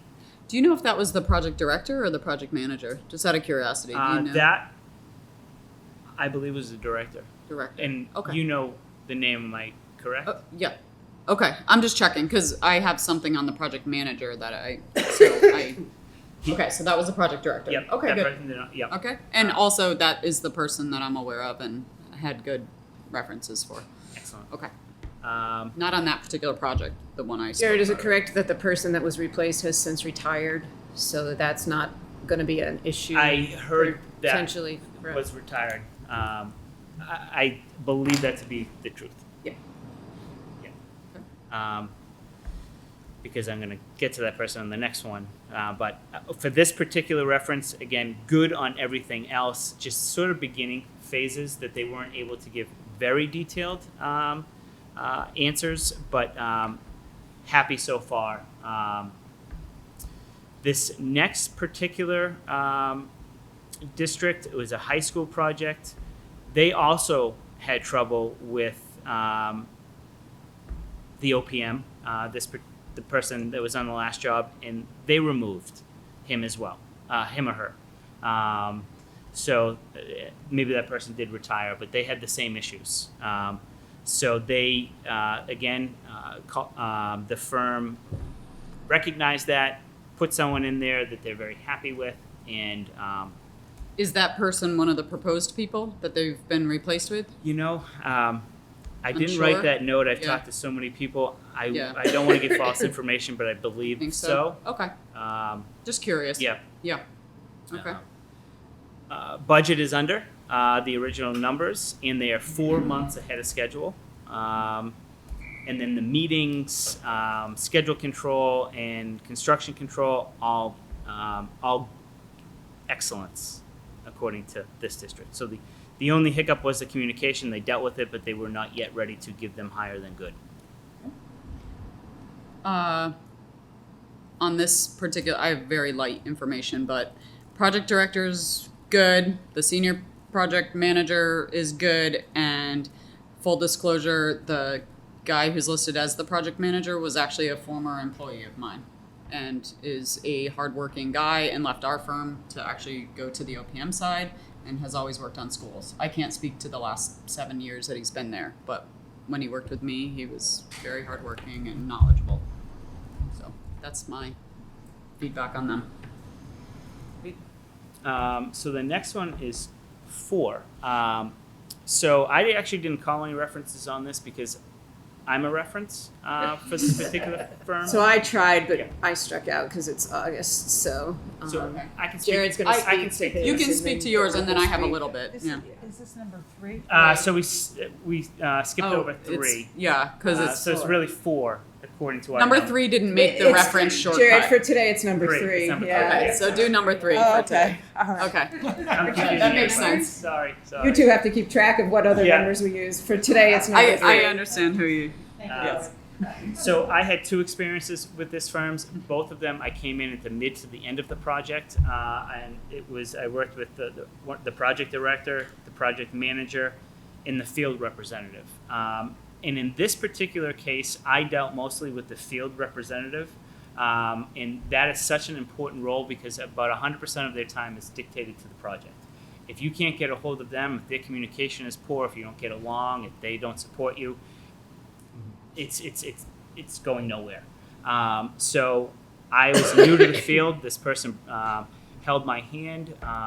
The district was in charge of the MSBA ProPay at the time, which means that we didn't have to pay that fee to the OPM firm to do that, so they don't help you with it. This particular person came into my office. I had no idea what I was doing at the time when it came to the ProPay. We went through all of it. He helped me record it. He helped me submit it. No issues, no nothing. And the project came in under budget and on time. The second time I worked with them, I was more knowledgeable in the ProPay. No issues there.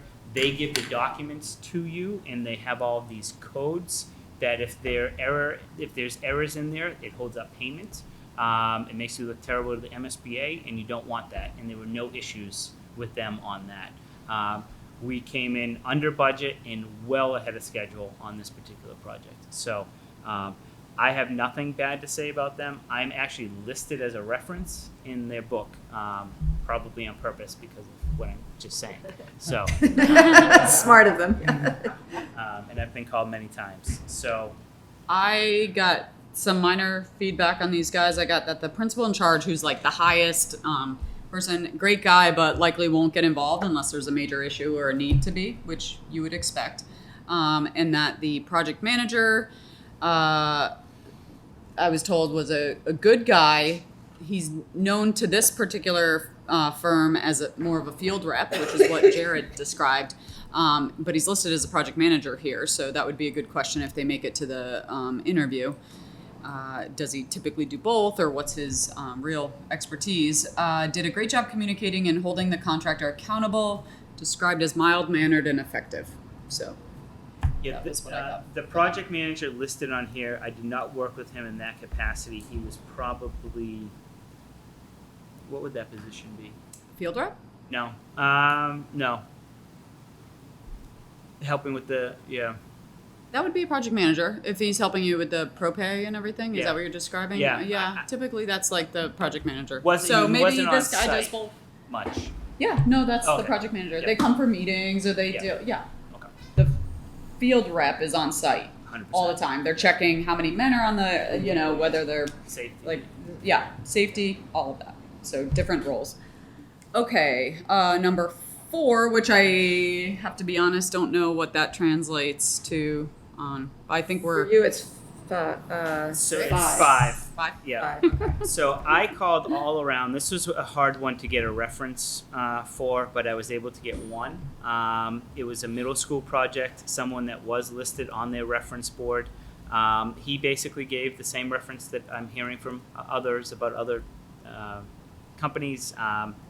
Excellent everywhere. No issues with them.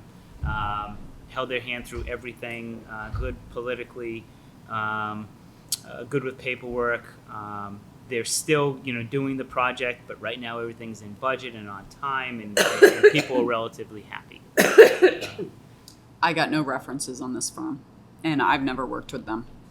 I got one on, they proposed a renewables consultant as part of theirs, and I reached out to one of my contacts who's worked with them before, and she had nothing but great things to say about this particular person, that he was really helpful in a solar project that they did on their school. Was really smart. He was at a different firm at the time, but had nothing but positive things to say about him. So I will say I got from someone that in a different capacity they were doing work with like MGM, which is not a K-12, which is why it wasn't really relevant, but said that they were doing a good job. So it's not a school though, so take it for what it's worth.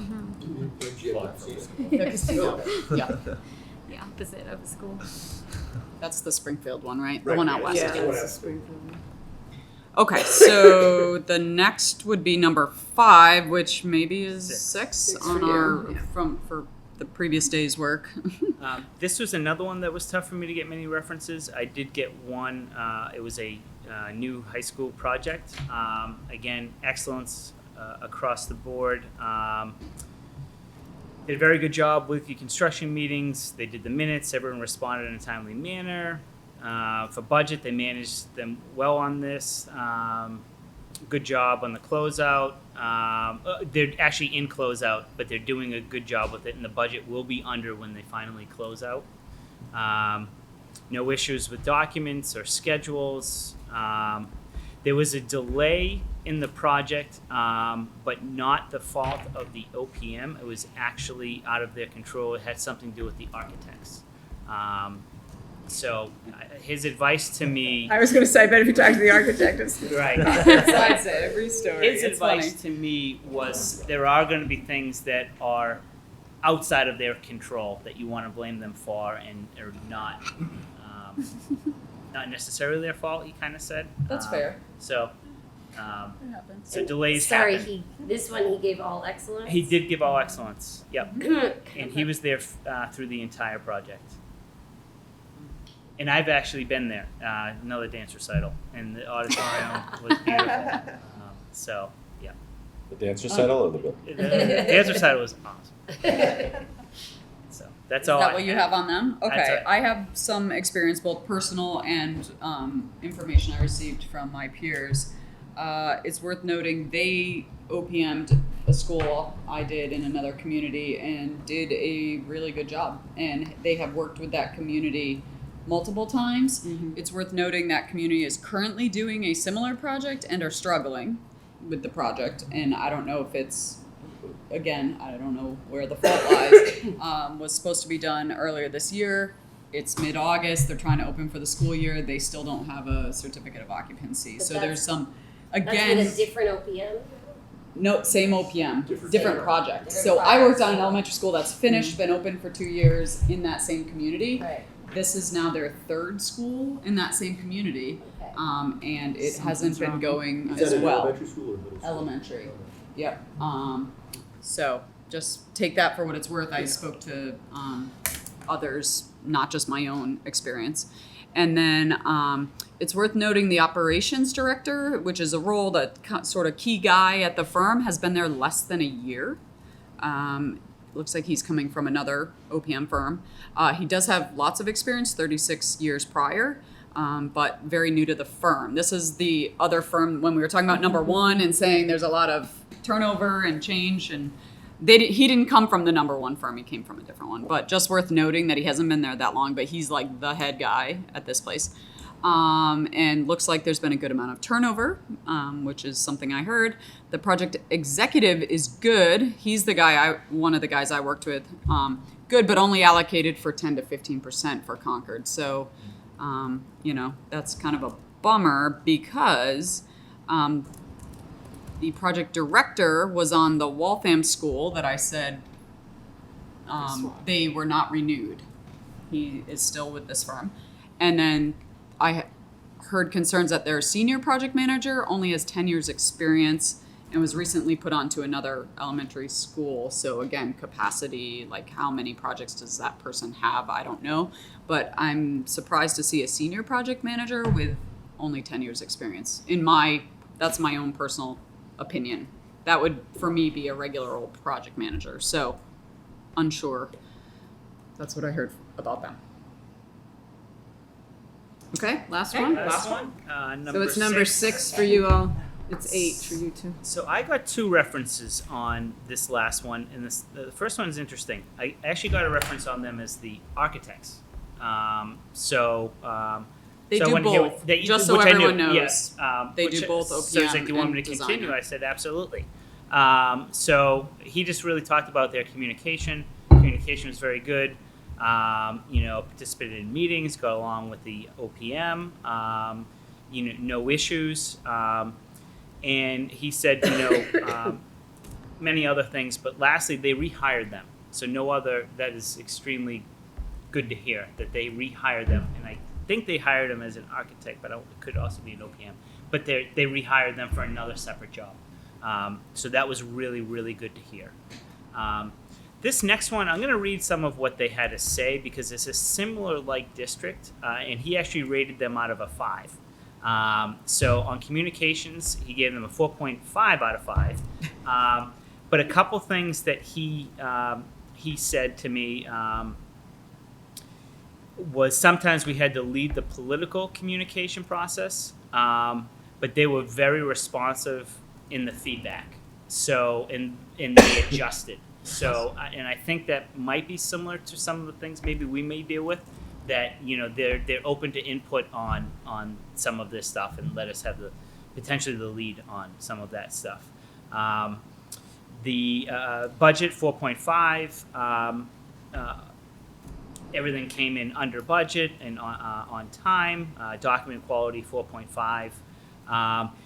But he specifically stated he talked a lot about the project manager and how wonderful this person was. Couldn't say enough great things about this person. Called this person a bulldog, did whatever they need to do, whether it was at 9 in the morning, at 12 o'clock at night. Was always responsive.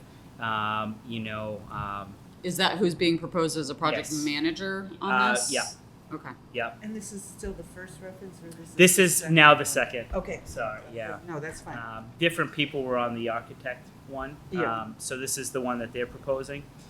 So, but my concern, which may not be a concern, was when he or she said, when they put the packet together, the partner involved was in the original packet. I believe went to the interview and sold them, and really they have not seen them since. He's been replaced sort of on purpose. They're very happy with the person that replaced this person, but wanted to thought it would be really important if we move this company on to interviews that we ask them, are we getting who is here? What is your time commitment? They don't talk about that in this. And I think that's important for everyone we interview. Who we getting? This is who you're proposing. It better be them. If not, tell us now. Yeah, absolutely. Interestingly, are you I'm done. and I actually don't know if it was the same project or not. Similarly, the project director who was proposed, and the feedback I got was that he was involved during pre-construction and hasn't been involved since. But the feedback I got on that particular project was that was at the owner's request. So it may or may not be the same. I'm unsure. This was not. Okay. Yeah. Okay. So it sounds like different. And that on that particular project, the project manager that they have is great. I heard lots of great things about him, but he's not on the Concord proposal. So demanding client doing a good job with that demanding client, but that is not the person, which is why it's important to talk about people. From where I sit, the project director has a lot of construction experience. I know he actually worked on one of my projects, full disclosure. It's in closeout right now. And came from Turner. So he went from the CM side to the OPM side. So lots of construction experience, which is great. But they've listed 3 project managers, 2 of which have been with the firm a year or less. And the third has been with the firm for only 3 years. So from an experience level at a project management, again, I said I was concerned that a senior project manager was called out. It's 10 years on a different firm. These project managers, and I'd have to look back to see if they have prior experience, but I think they're all fairly young. The feedback I got on one of them was that she's more clerical on a different job than managerial, if that makes sense. Like I doing did hear that as paperwork. well. You heard that as well? So worth noting. Yeah. So And I just want to clarify, I'm sorry. They actually did give the time commitments. It was in a different area. So the one that I was concerned with, they did say is 50% of his time is the design and 100% construction. So, Okay. yeah. But still worth whoever gets to the interview Yeah. confirming these percentages Yeah. and confirming these are in fact the people. You're not gonna like next week switch it out if we sign a contract. And this project that I just spoke about, my second reference that they spoke very highly of the project director, is actually still fairly early in the process. So most likely we'd be sharing this person. He was a little surprised by that, but that doesn't mean that this person can't handle it. But Everyone should hear, and I said it the other day as it relates to percentages, I would typically expect to see between 30 and 50%. They usually have 2 or 3 projects that they can handle. Anyone, that's why I was so concerned with applicant number 1 and the project director, and hearing that that particular person has a lot of projects is concerning, because from where I sit, the key players, the day-to-day, which is what that person was indicated as, a day-to-day person, should only have 2 or 3 tops. So we want them available. Okay, so that's everything. That's all the references. I think it's worth putting some numbers to them. I did my own. I don't know. I'm looking at the other subcommittee people if we're wanting to talk out of 20 what we feel is appropriate. Does anyone want to throw anything out? If not, I have jotted down what I personally think based on these I was 20, like a references. score out of 20 Score out of 20. points for each person. Okay. Why don't you give us yours? So for number 1, I thought maybe a 13 was appropriate out of 20. For number 2, somewhere in the 17, 18 range, like solid, right? Good. No one's perfect. Number 3, I felt like was a 19. We only heard really good things based on what Jared said and what I heard.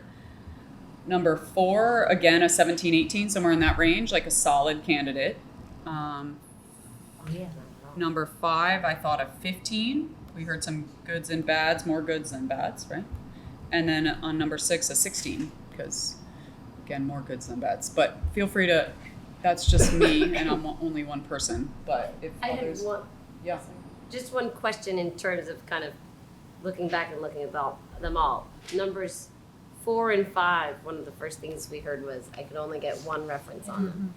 Okay. Do you think that's a statement on the OPM at No, all? Or no, just the people who are on no. vacation and you couldn't get Yeah, anything? I Okay. call This I was assumed literally that a yesterday I wasn't exercise. sure. Okay. This is all they've done since Monday? Right. So, Yeah, Tuesday, it was really. Tuesday, Tuesday, and, really. yeah, and Tuesday. So that wasn't a criticism. I just wanted to make sure. No. I was assuming that's just, it's hard to No, get a hold of people not in at all. summer. I wanted Yeah. to make sure that it didn't feel like, oh, they don't want to talk to me and tell me. I don't think Oh, that's okay. the case. Just wanted to But they knew, clarify. the people that I was calling, some of them knew that this is time consuming, so they didn't call me back. Right. So I got a few of those. Yeah, I mean, I was on the phone a couple of times for 45 minutes. Yeah. Like, it's not a quick conversation Right, because right. there are backstories, and you try to decipher what the backstory is and Yeah. you know, So Dawn, concise. relative to your numbers, so I took quick notes as we were doing. You gave 15 to 5 and 17 to 18 to 4. Yep. And these are the 2 that we only got 1 reference. They both got excellence on all 5 of their points. What? Huh. Let's talk about 5. What brings that down for you? For me, it's the concern about turnover. It's the project director who was recently removed from a project, not recontracted. And I'm sure there are, all sides have different stories on that. And then concerns that the senior project manager only has 10 years experience and was recently put onto another project I happen to know. That was one where they just traded someone out. So for that reason, they got a point less in my world. That's just my brain, and I'm only one person. But I didn't hear any of that. And again, we don't have as much on the prior firm, but what we had was positive. So I gave that firm the benefit of the doubt. Not to put you on the spot, Jared, but did you come up with kind of general impressions on here are the ones that rose to the top? Truthfully, all 6 according to my references, were really good, but it was interesting to hear Don's perspective, and I think my biggest worry now is load. Knowing now that some of the projects that they're all trying to get all these projects, so we don't even know 100% what they put in for. So there could be something else out there that they may get as well. So my biggest concern is load, and so especially maybe on one, and then really hearing the two sides on number one, hearing the early phases and that person's impression to the closeout concerned me a little bit. I thought the one that was there in the beginning was a little more, I wouldn't say honest, but a little more forthcoming about some things. But really, all of the recommendations that I got speaking to the districts who the OPM truly works for, they all, and even the people I called off reference, they all gave really good references. Devil's advocate a little bit on number 2, which Don, you suggested as a 17, and we've heard a lot of good things, but we've also had two districts that had to muddy their way through a swap of OPM to get to that. Yep. And we have enough information to know that was about one individual person, and we could probably work around that from the beginning, but I just have to pose that as a pretty strong rating for that history. Mostly because we're hearing the outcome has been okay. Yep. But Yeah, and that person's seemingly not even an option for Right, us. seems- right. I guess but I kind of as a professional where I sit, they saw a problem and they Yeah. Correct. mitigated That's it. fair. I think that's they were responsive. again, I was That responding makes to that and I mean, less I'm just about, thinking, I don't want to do that. Yeah. I'd like to No, I skip know. that phase of that story. learn from someone else. Yeah. But you want somebody who deals Of with course, solve our of problems. course. I'd also be curious as to sort of what the does timing it turn? was. Sometimes they turn. This OPM that was replaced. Was he replaced on other jobs, then replaced again? Yeah, I don't know if we may know more. We that may not we know. Yeah, may know more, but yeah. And it's one example of the larger problem, which is the fluidity in this entire Correct. industry. Yeah. How do you capture your resource and keep them for the entire time? Right. Right. When you have your interview with the people, This is a say, plug on the. this is the people that are going to be there throughout the job. Right, exactly, Frank. Because, you're Exactly. gonna get some that are gonna pull their people, go Right. someplace else for advertisement. Correct. I think this person too was removed from a job, put on another one, and then removed or retired. So I think there was a serious complaint about this particular person on one particular job. They did move this person. So I don't think this person retired after that person. Let me ask this question if I might. Let's imagine there is an OPM that comes on with assurances, this is your OPM, and 8 months later, there's gonna be a change. Does it require our approval? What contractual obligation do they have to honor the commitments they make next week? I don't know if that's in the negotiations with the town manager and them. I think that would probably be in the contract, and I haven't seen one actually. But, so you're saying it could be in the contract that we exercise some control over subsequent changes? All you can really do contractually is say that they have to tell you if there's a major change. You have to approve a major change. That's what I Meaning, wanna hear. yes. Okay. So you can't say, no, you can't take that person off. I mean, if the person leaves the company, you have no Exactly control over what I that. was gonna But say. you can Leave. say, I want to approve the person that is the So replacement. we can So that's build the in best I these think you'll get. assurances to minimize the instability of changes that are perhaps likely to occur in Yeah. the course of a multi-year project. Yep. Okay. Don, you also mentioned that one of the projects was questionable as to whether they were contracted or salaried employees. That's important in my world. Is it important in this world? I actually don't know. I mean, it's interesting. That's not other OPMs I'm working with. That's not the case. They're full-time employees, and so I don't know if they're. I don't even know if it's true. That's just what someone was suggesting or surmising based on their experience with that firm. And two, it's possible it's a different business model. I guess I don't know the answer. I'm just putting it out there for folks to absorb, and if they get to an interview, if it's concerning, by all means, let's ask the question and understand it. I did notice that in the proposal, they call them staff, which jumped out at me because typically you say I think number employee or 3 team is the member. same way. Oh, The interesting. company Yes, that yeah. I worked with, I believe the Okay. field representative. I don't know if he's a Field reps are different. Okay, Field reps are sometimes just contracted for That's that what they particular are, project. okay. And that happened when I said number 6 worked on my project. It was not even close to Boston. It was in Massachusetts, but on the other side of the state. And the field rep was a local guy from out there that they Okay, contracted that's for good that to know. particular project. So field rep is often different, just different than a project manager. or a Contractor, director. not employee, he has a contract as a field rep, that's his Yes. sub. It might be a fixed contract, whatever it Yep. is, but he's exclusive to that project. Yeah, and sometimes they're employees. So, but a field rep is sometimes it's sometimes contracted differently. But a project manager or project director is typically an employee. It's just in my experience, but that doesn't mean that one, it may not even be true. 2, it may not even be a concern. You just want to make sure that someone's here for the duration of our project, or as Could be best you employee can. preference. Yeah. I mean, it might be that employee wants it that way. So, just information. I don't know. So how do people feel? I agree with your ranking. It seems like it matches up with the references. Okay. Just so everyone knows, with the 17-18s on number 2, I gave an 18, I think because there were more positives than negatives. And on number 4, because we only got one reference, I gave a 17. Like, even within my own range, I made it.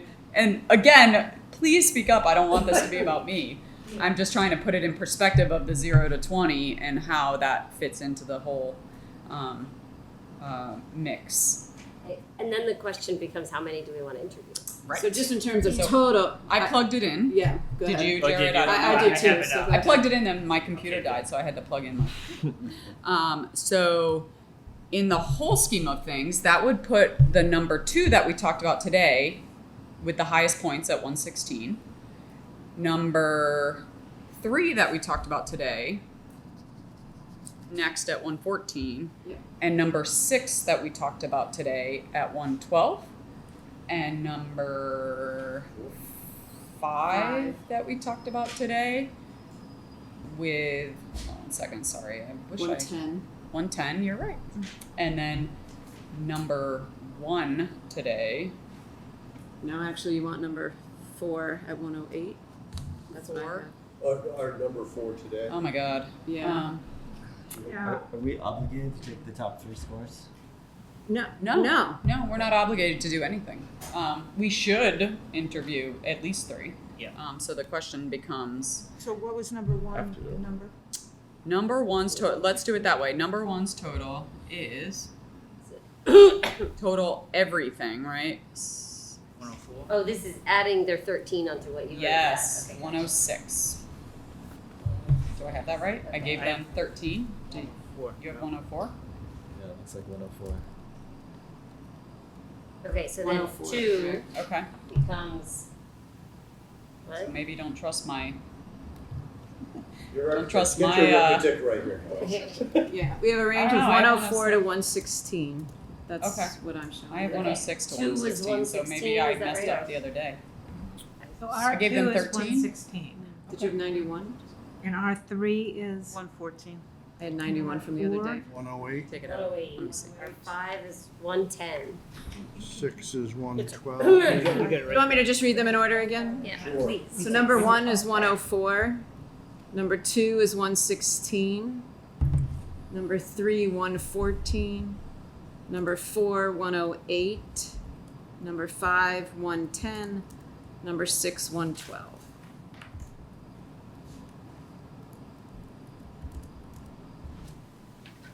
I had 93 from the other day, so Oh, my okay. math the other day was All right, off. either way, I guess it's, well, yeah, we're Okay. close enough. Close enough at this point. So the top 3 would be today's number 2, Yep. number 3, and number 6. Yes. Yes. So I think the question is whether we go deeper than that or take the 3. Based on, Right, so the 4th is number 5. Right. It becomes a question of Yeah. how much do you like today's number 5, and do you want to add them to the interview list? I would Yeah. ask us to consider more than 3 simply because you made so clear, A, there's movement in the industry, who are we going to capture as a resource? B, it's all about the relationship and the skill of one person. Then you add what's the capacity of the firm, because that one person is only as good as the support they get from their firm. Sure. And then we add the complexity added by it's this organization, this town that they have to work with. So we've got all of these moving parts to make this very, very complex. We're not buying a product, we're buying a very complex service. Correct. Right. I think that's a great idea. Go ahead. Yeah, I think we could interview 4. Yeah, And truthfully, they're all 2 points separating them. It's 116, 114, 112, 110. And honestly, the Jared? 4, 5th, and 6th are 108 and 104. So So. I would like to look at 4 again, and my notes have that we were only able to get 1 reference, excellent on all 5. And Kate. Yeah. Kate was another reference. Yes. Politically, on budget, on time. Mm-hmm. And Kate, what was it that you said I have a This was specific to, they proposed a solar consultant Yeah. who would be available as needed to help with the net zero aspect. And the reference I got was from another school district, and they said he was excellent. So he's got a lower score than number Yeah, 5. so He's down there at 108, but in some ways, number 5, with all the questions about not a lot of experience or people moving around, I'm just wondering, I'm sorry, I have to take this. Well, there's all the other scores that factored in. So they were on the lower end. They were one of the lower scores considering all the other factors Coming coming out of into the the first references. round. Yeah. That's true. And So this they're data- actually being at the cut because of the other other- days work. yes. Right. They're actually on the high Not end the of today's references, discussion. yeah. Right. So- And so I think it came down to what experience and recognizing, our goals and what was important to us, as well as relevant projects and capacity. Right. Those were some of the key pieces that became differentiators, like the code stuff. They were all in and about the same. The procurement, they were in and about the same. Yeah. So, how do people feel about interviewing the top 4 or the top 5 to Pat's point? That would include that firm that we have less information on. I mean, I feel like the interviews in selecting consultants is always so valuable because you get a lot more insight than you can get reading the proposal. Like a lot of the proposals sound they're sharing the same projects. It sounds very similar. You really get a better feel of like who's gonna fit with the team, and the town, how well they know the town, which I think doesn't necessarily come through in some of the Right. proposals. Right. So I think Right. I don't know if it's 4 or 5, but I think interviewing more is always gives you more. One question you mentioned was having a short list and then the next list, should people drop out of the short list. Is there advantage in interviewing more that might keep them in longer? So for example, if you have 5, do we increase our chances of the right person because out of 5, 2 of those might, after the interview process, decide we're not there? Or do you generally feel like when you get down to 5 people, they're all going to stay in this? They're all going to stay, I think. Yeah. Unless they go win some big job that knocks out their capacity. By Is by Wednesday typically- of next week. And don't forget, this is a pretty serious time commitment, both from the subcommittee who needs to be there for these Right. interviews, as well as the firm preparing. Right. So there's, Yeah, I guess I'm just driving whether, does it make a big difference whether you do 3 Yeah. or 5? Yeah. That's right, maybe it doesn't. It's now 5 is a lot more work. Yeah, I mean, I've been leaning toward more is better just because fit is so critical that it felt to me like the more people we got to meet, we'd be able to look at that where they continue to come in fairly strong in a pretty equal way, give or take nuances of what we talked about today. Fit is just so enormous. I just wonder if more options is better. Are you thinking 4 firms or 5 or 6? I don't know. 6 feels.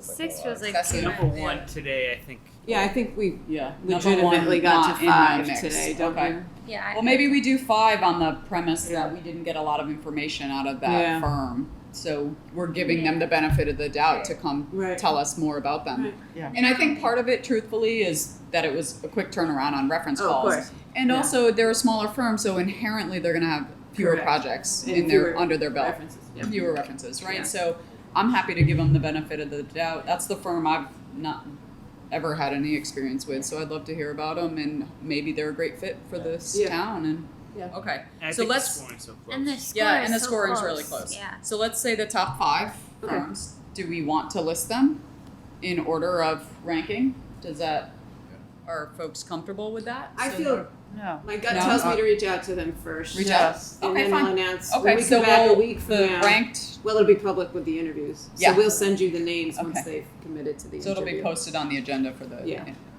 for the interviews. Okay, so we will agree because do we need a vote? I think on this. I think we thought Do we would we vote. thought This we is our needed short list of our 5. short list. So everyone's in agreement. Yes, Court. You talked about ranking. What do you mean? Why are we ranking? Are they not all number 1 now? These Well, five? at this The point, total they- score. My point is, do we carry these scores forward in our thinking? No, it's a clean slate, but I think There's to no get ranking here, of we this. we got 9 proposals. We took it down to 6 to get to the reference Right. list. Now we're taking it down to 5 to get to the interview list. So that's as far as that your ranking ranking. takes I you to understand. that. That's Thank you. all. We're just Yep. voting on Okay. And then at this Yeah. point, it'll be a clean slate for interviews you. next week. Yes, good. thank you for pointing that out. So for the sake of today, and our total up to 130 was our, right? That was our max Correct. that they could have received. The range is from 116 down to 108 for the top 5, which is a pretty close, amount. And that we will vote to interview the top 5 coming out of today's rankings, which is the cumulative based on the RFP at a maximum of 130 points. Want Would it that help if form I of make a motion to be motion? second? Right, exactly. Yes, please. I will second that motion for discussion Well, hold on. You- let- someone let needs me to just make make it it up. more. Let me just make it a little more Clear. clear. Absolutely. I will move that we invite for interviews the firms that we today referred to as numbers 2, 3, 4, 5, and 6. Second. For discussion. Thank you. Any further And discussion on Quick that? discussion. further discussion? So just process. Motion's I been think this made. is in the discussion phase. So I have no problem setting up these interviews, calling them.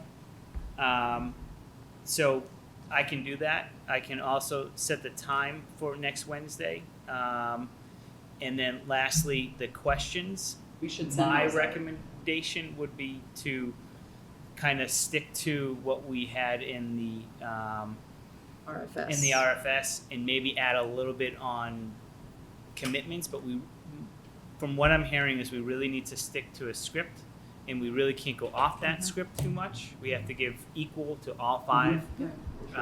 So Okay. I would agree that we should ask that they come prepared to speak to key personnel, commitment of key personnel, including percentages or days of week, however they want to communicate that.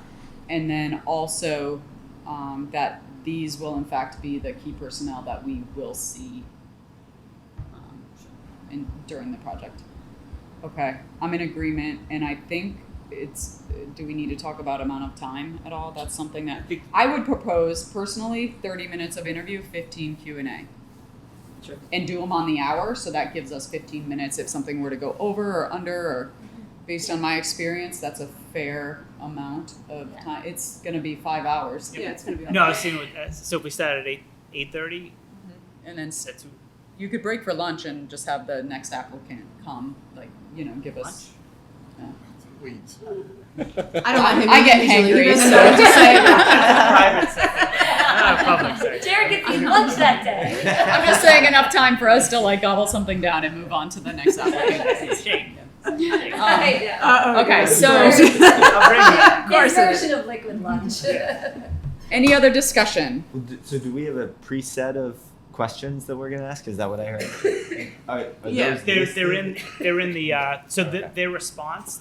The way that they do responses is we set the questions and they respond in the RFS based on those questions. So they're just gonna bring to life what they said in this They're packet. gonna talk. Elaborate or Yeah. give anecdotes or But what I will say to them is pay attention to the points in our questions because that is our concern. What's important. That'll tell you what's That will important. tell you. Yeah. So, don't talk about your codes, all the codes. We know you know the codes. It's worth 3 points. Right. Yes. Sustainability is a big one. Well, I mean, how they react to that, right, will show Sure. what they prioritize and what they feel confident and comfortable talking about. So I'm just curious, the two other things that we talked about that kind of stuck in my mind were the communication with and the working relationship with the architect. And I think about that because it was really important with Willard and sometimes it got bumpy. But the other thing was the political piece, the being savvy and able to help us with the communication out to the community. And does that get dealt with in those questions? Will they put that come up? It should. Okay. It's clearly a part of the RFS. Community So relations. yeah, there's definitely Okay. places in the RFS that they've addressed that at least somewhat. Okay. So I think to your point, that should be things we're listening for. Yeah. And if it's important for us, those of us that'll be at the interviews, to if we don't hear that from them, to raise it as a question Sure. at the end. So, thank you. And the interview team is clear? It's the subcommittee, subcommittee. I Should be, presume. yeah. Yeah. So what we would It's do, I think Jared, myself, Kate, Lori, and Frank. our charge was to bring a finalist. Yep. So, and report on that on Thursday, Thursday. but ultimately, and then the town manager will negotiate. And then if he doesn't come to an agreement, we go to the next person. So we will rank these 5. Yes. So we will post this as an all-day public meeting for the interviews, and then after we interview all 5, we will deliberate and decide. Is that also going to be public, or is there like option of executive session, or is that something we want to do? I also wonder, I know with like the town manager interviews, they were broadcast live, but since they were asking them all the same questions, they asked the other candidates to kind of be quarantined to not watch. So that's just a question of Interesting. Oh, yeah. broadcasting live, that whoever is not going will be able to see what we're talking about with the other firms. So I don't know if we want to discuss like having it recorded to air later, or I think that's probably the right thing to do if we're going to record it.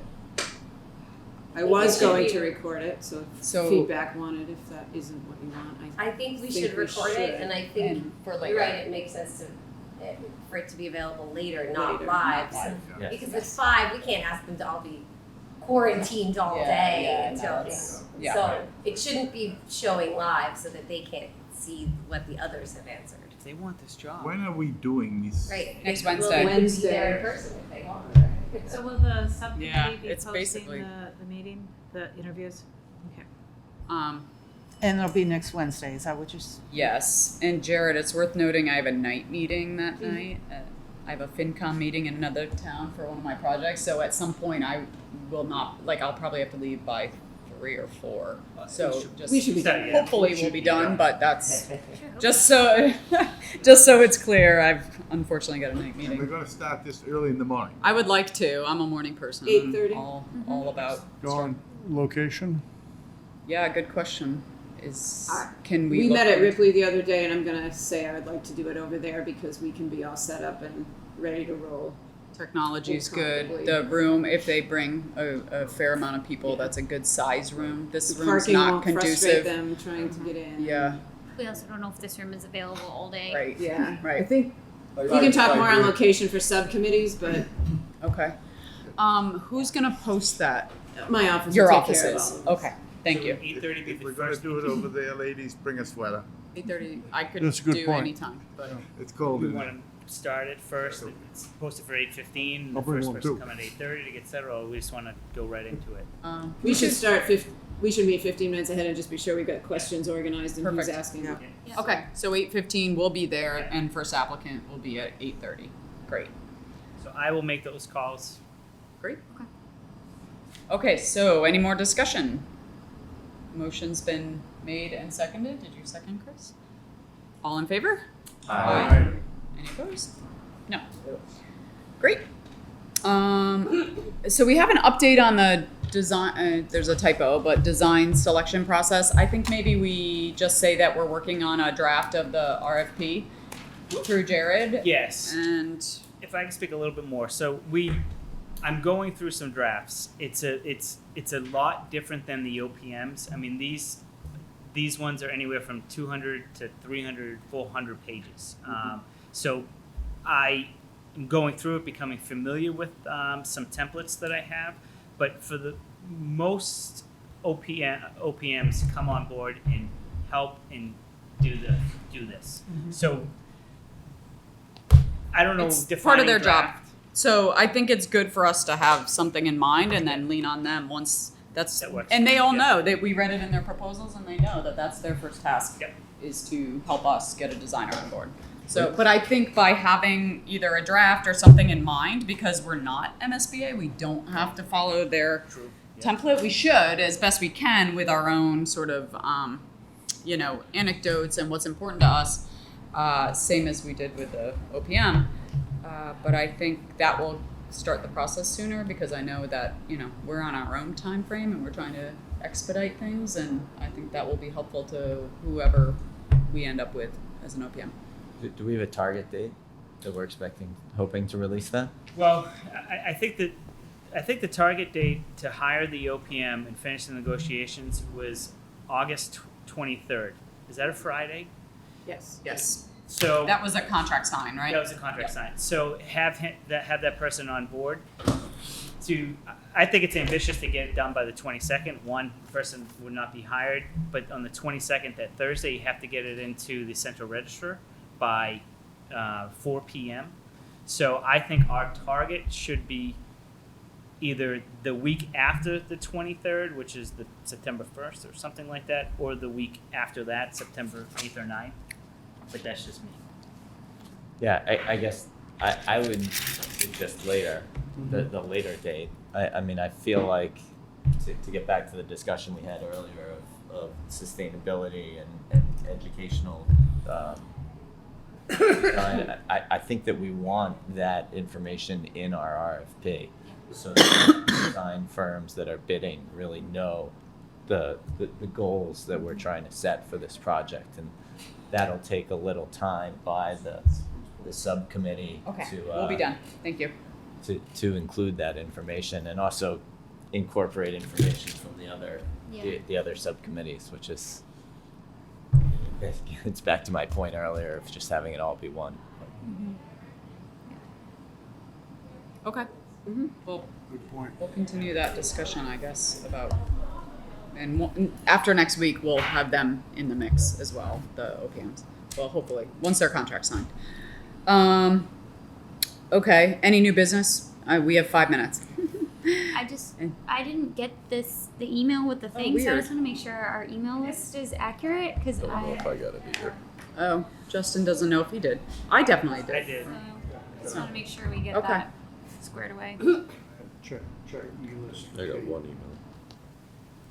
Sorry. That's I know you're on the list, and I know Justin's on the list. The question is, do I have the right emails? So if you want to just jot down your emails and hand them to me before I leave this room, I will go back and double check. But I know that I've seen your names on the list. Okay. Okay. Then we have questions and comments. I have just a question that came up from a resident who emailed me asking about discussions of trees at the site on Sanborn, saying, we've kind of assumed in Concord that part of the sustainability is protecting as many trees as possible, but I didn't see anything about that in our sustainability document, and he wanted to know who we could talk with about ensuring that as we are looking at this whole project, that part of our sustainability mindset is protecting existing trees that are on the site. Yeah, So I mean, I don't know, now that we have a sustainability subcommittee, could I put him in Do we touch tree and board maybe we'll- in we Concord? do. We do. I mean, I think this is to Matt's point that like that document Charlie made with some folks, it's great, but we haven't as a full Right, group it's not discussed like- like educational vision and sustainability Exactly. vision for And that the was my design. So I response. think Yeah, we need yeah, to that's like not They're do too that early. as Yes. a group. Right. Yeah. What sustainability document were they We don't know how referring big the to? building is and where it's going. I think the sustainability principles On the charge, right? document. Yeah. in On the the charge, charge. which is attached to the chart. Oh, So, that, yeah, all right, good. It was just something that was pointed out, let's make sure that we're aware of that. And he was interested in talking to someone more about it. It's just a little early, I think, is the answer. That now it's noted. That's Yep. you should be a priority of the project, and Yep. as we move along, It'll come up. it at will some point. definitely come up. Okay. Any other questions, comments? We have our next meetings. We have the subcommittee for the interviews on Wednesday, the 14th. We have the next SBC the following day to vote to approve the ranking and send it along to the new town manager for negotiations for contract. Yes? Yep. And then I also have September 5th and 19th, just for reference, future meetings. Okay? Great. Thank you for Thank all you. the time today. I'll Motion to adjourn? I'll move to adjourn. Motion's been made and seconded. Aye. Right. All That's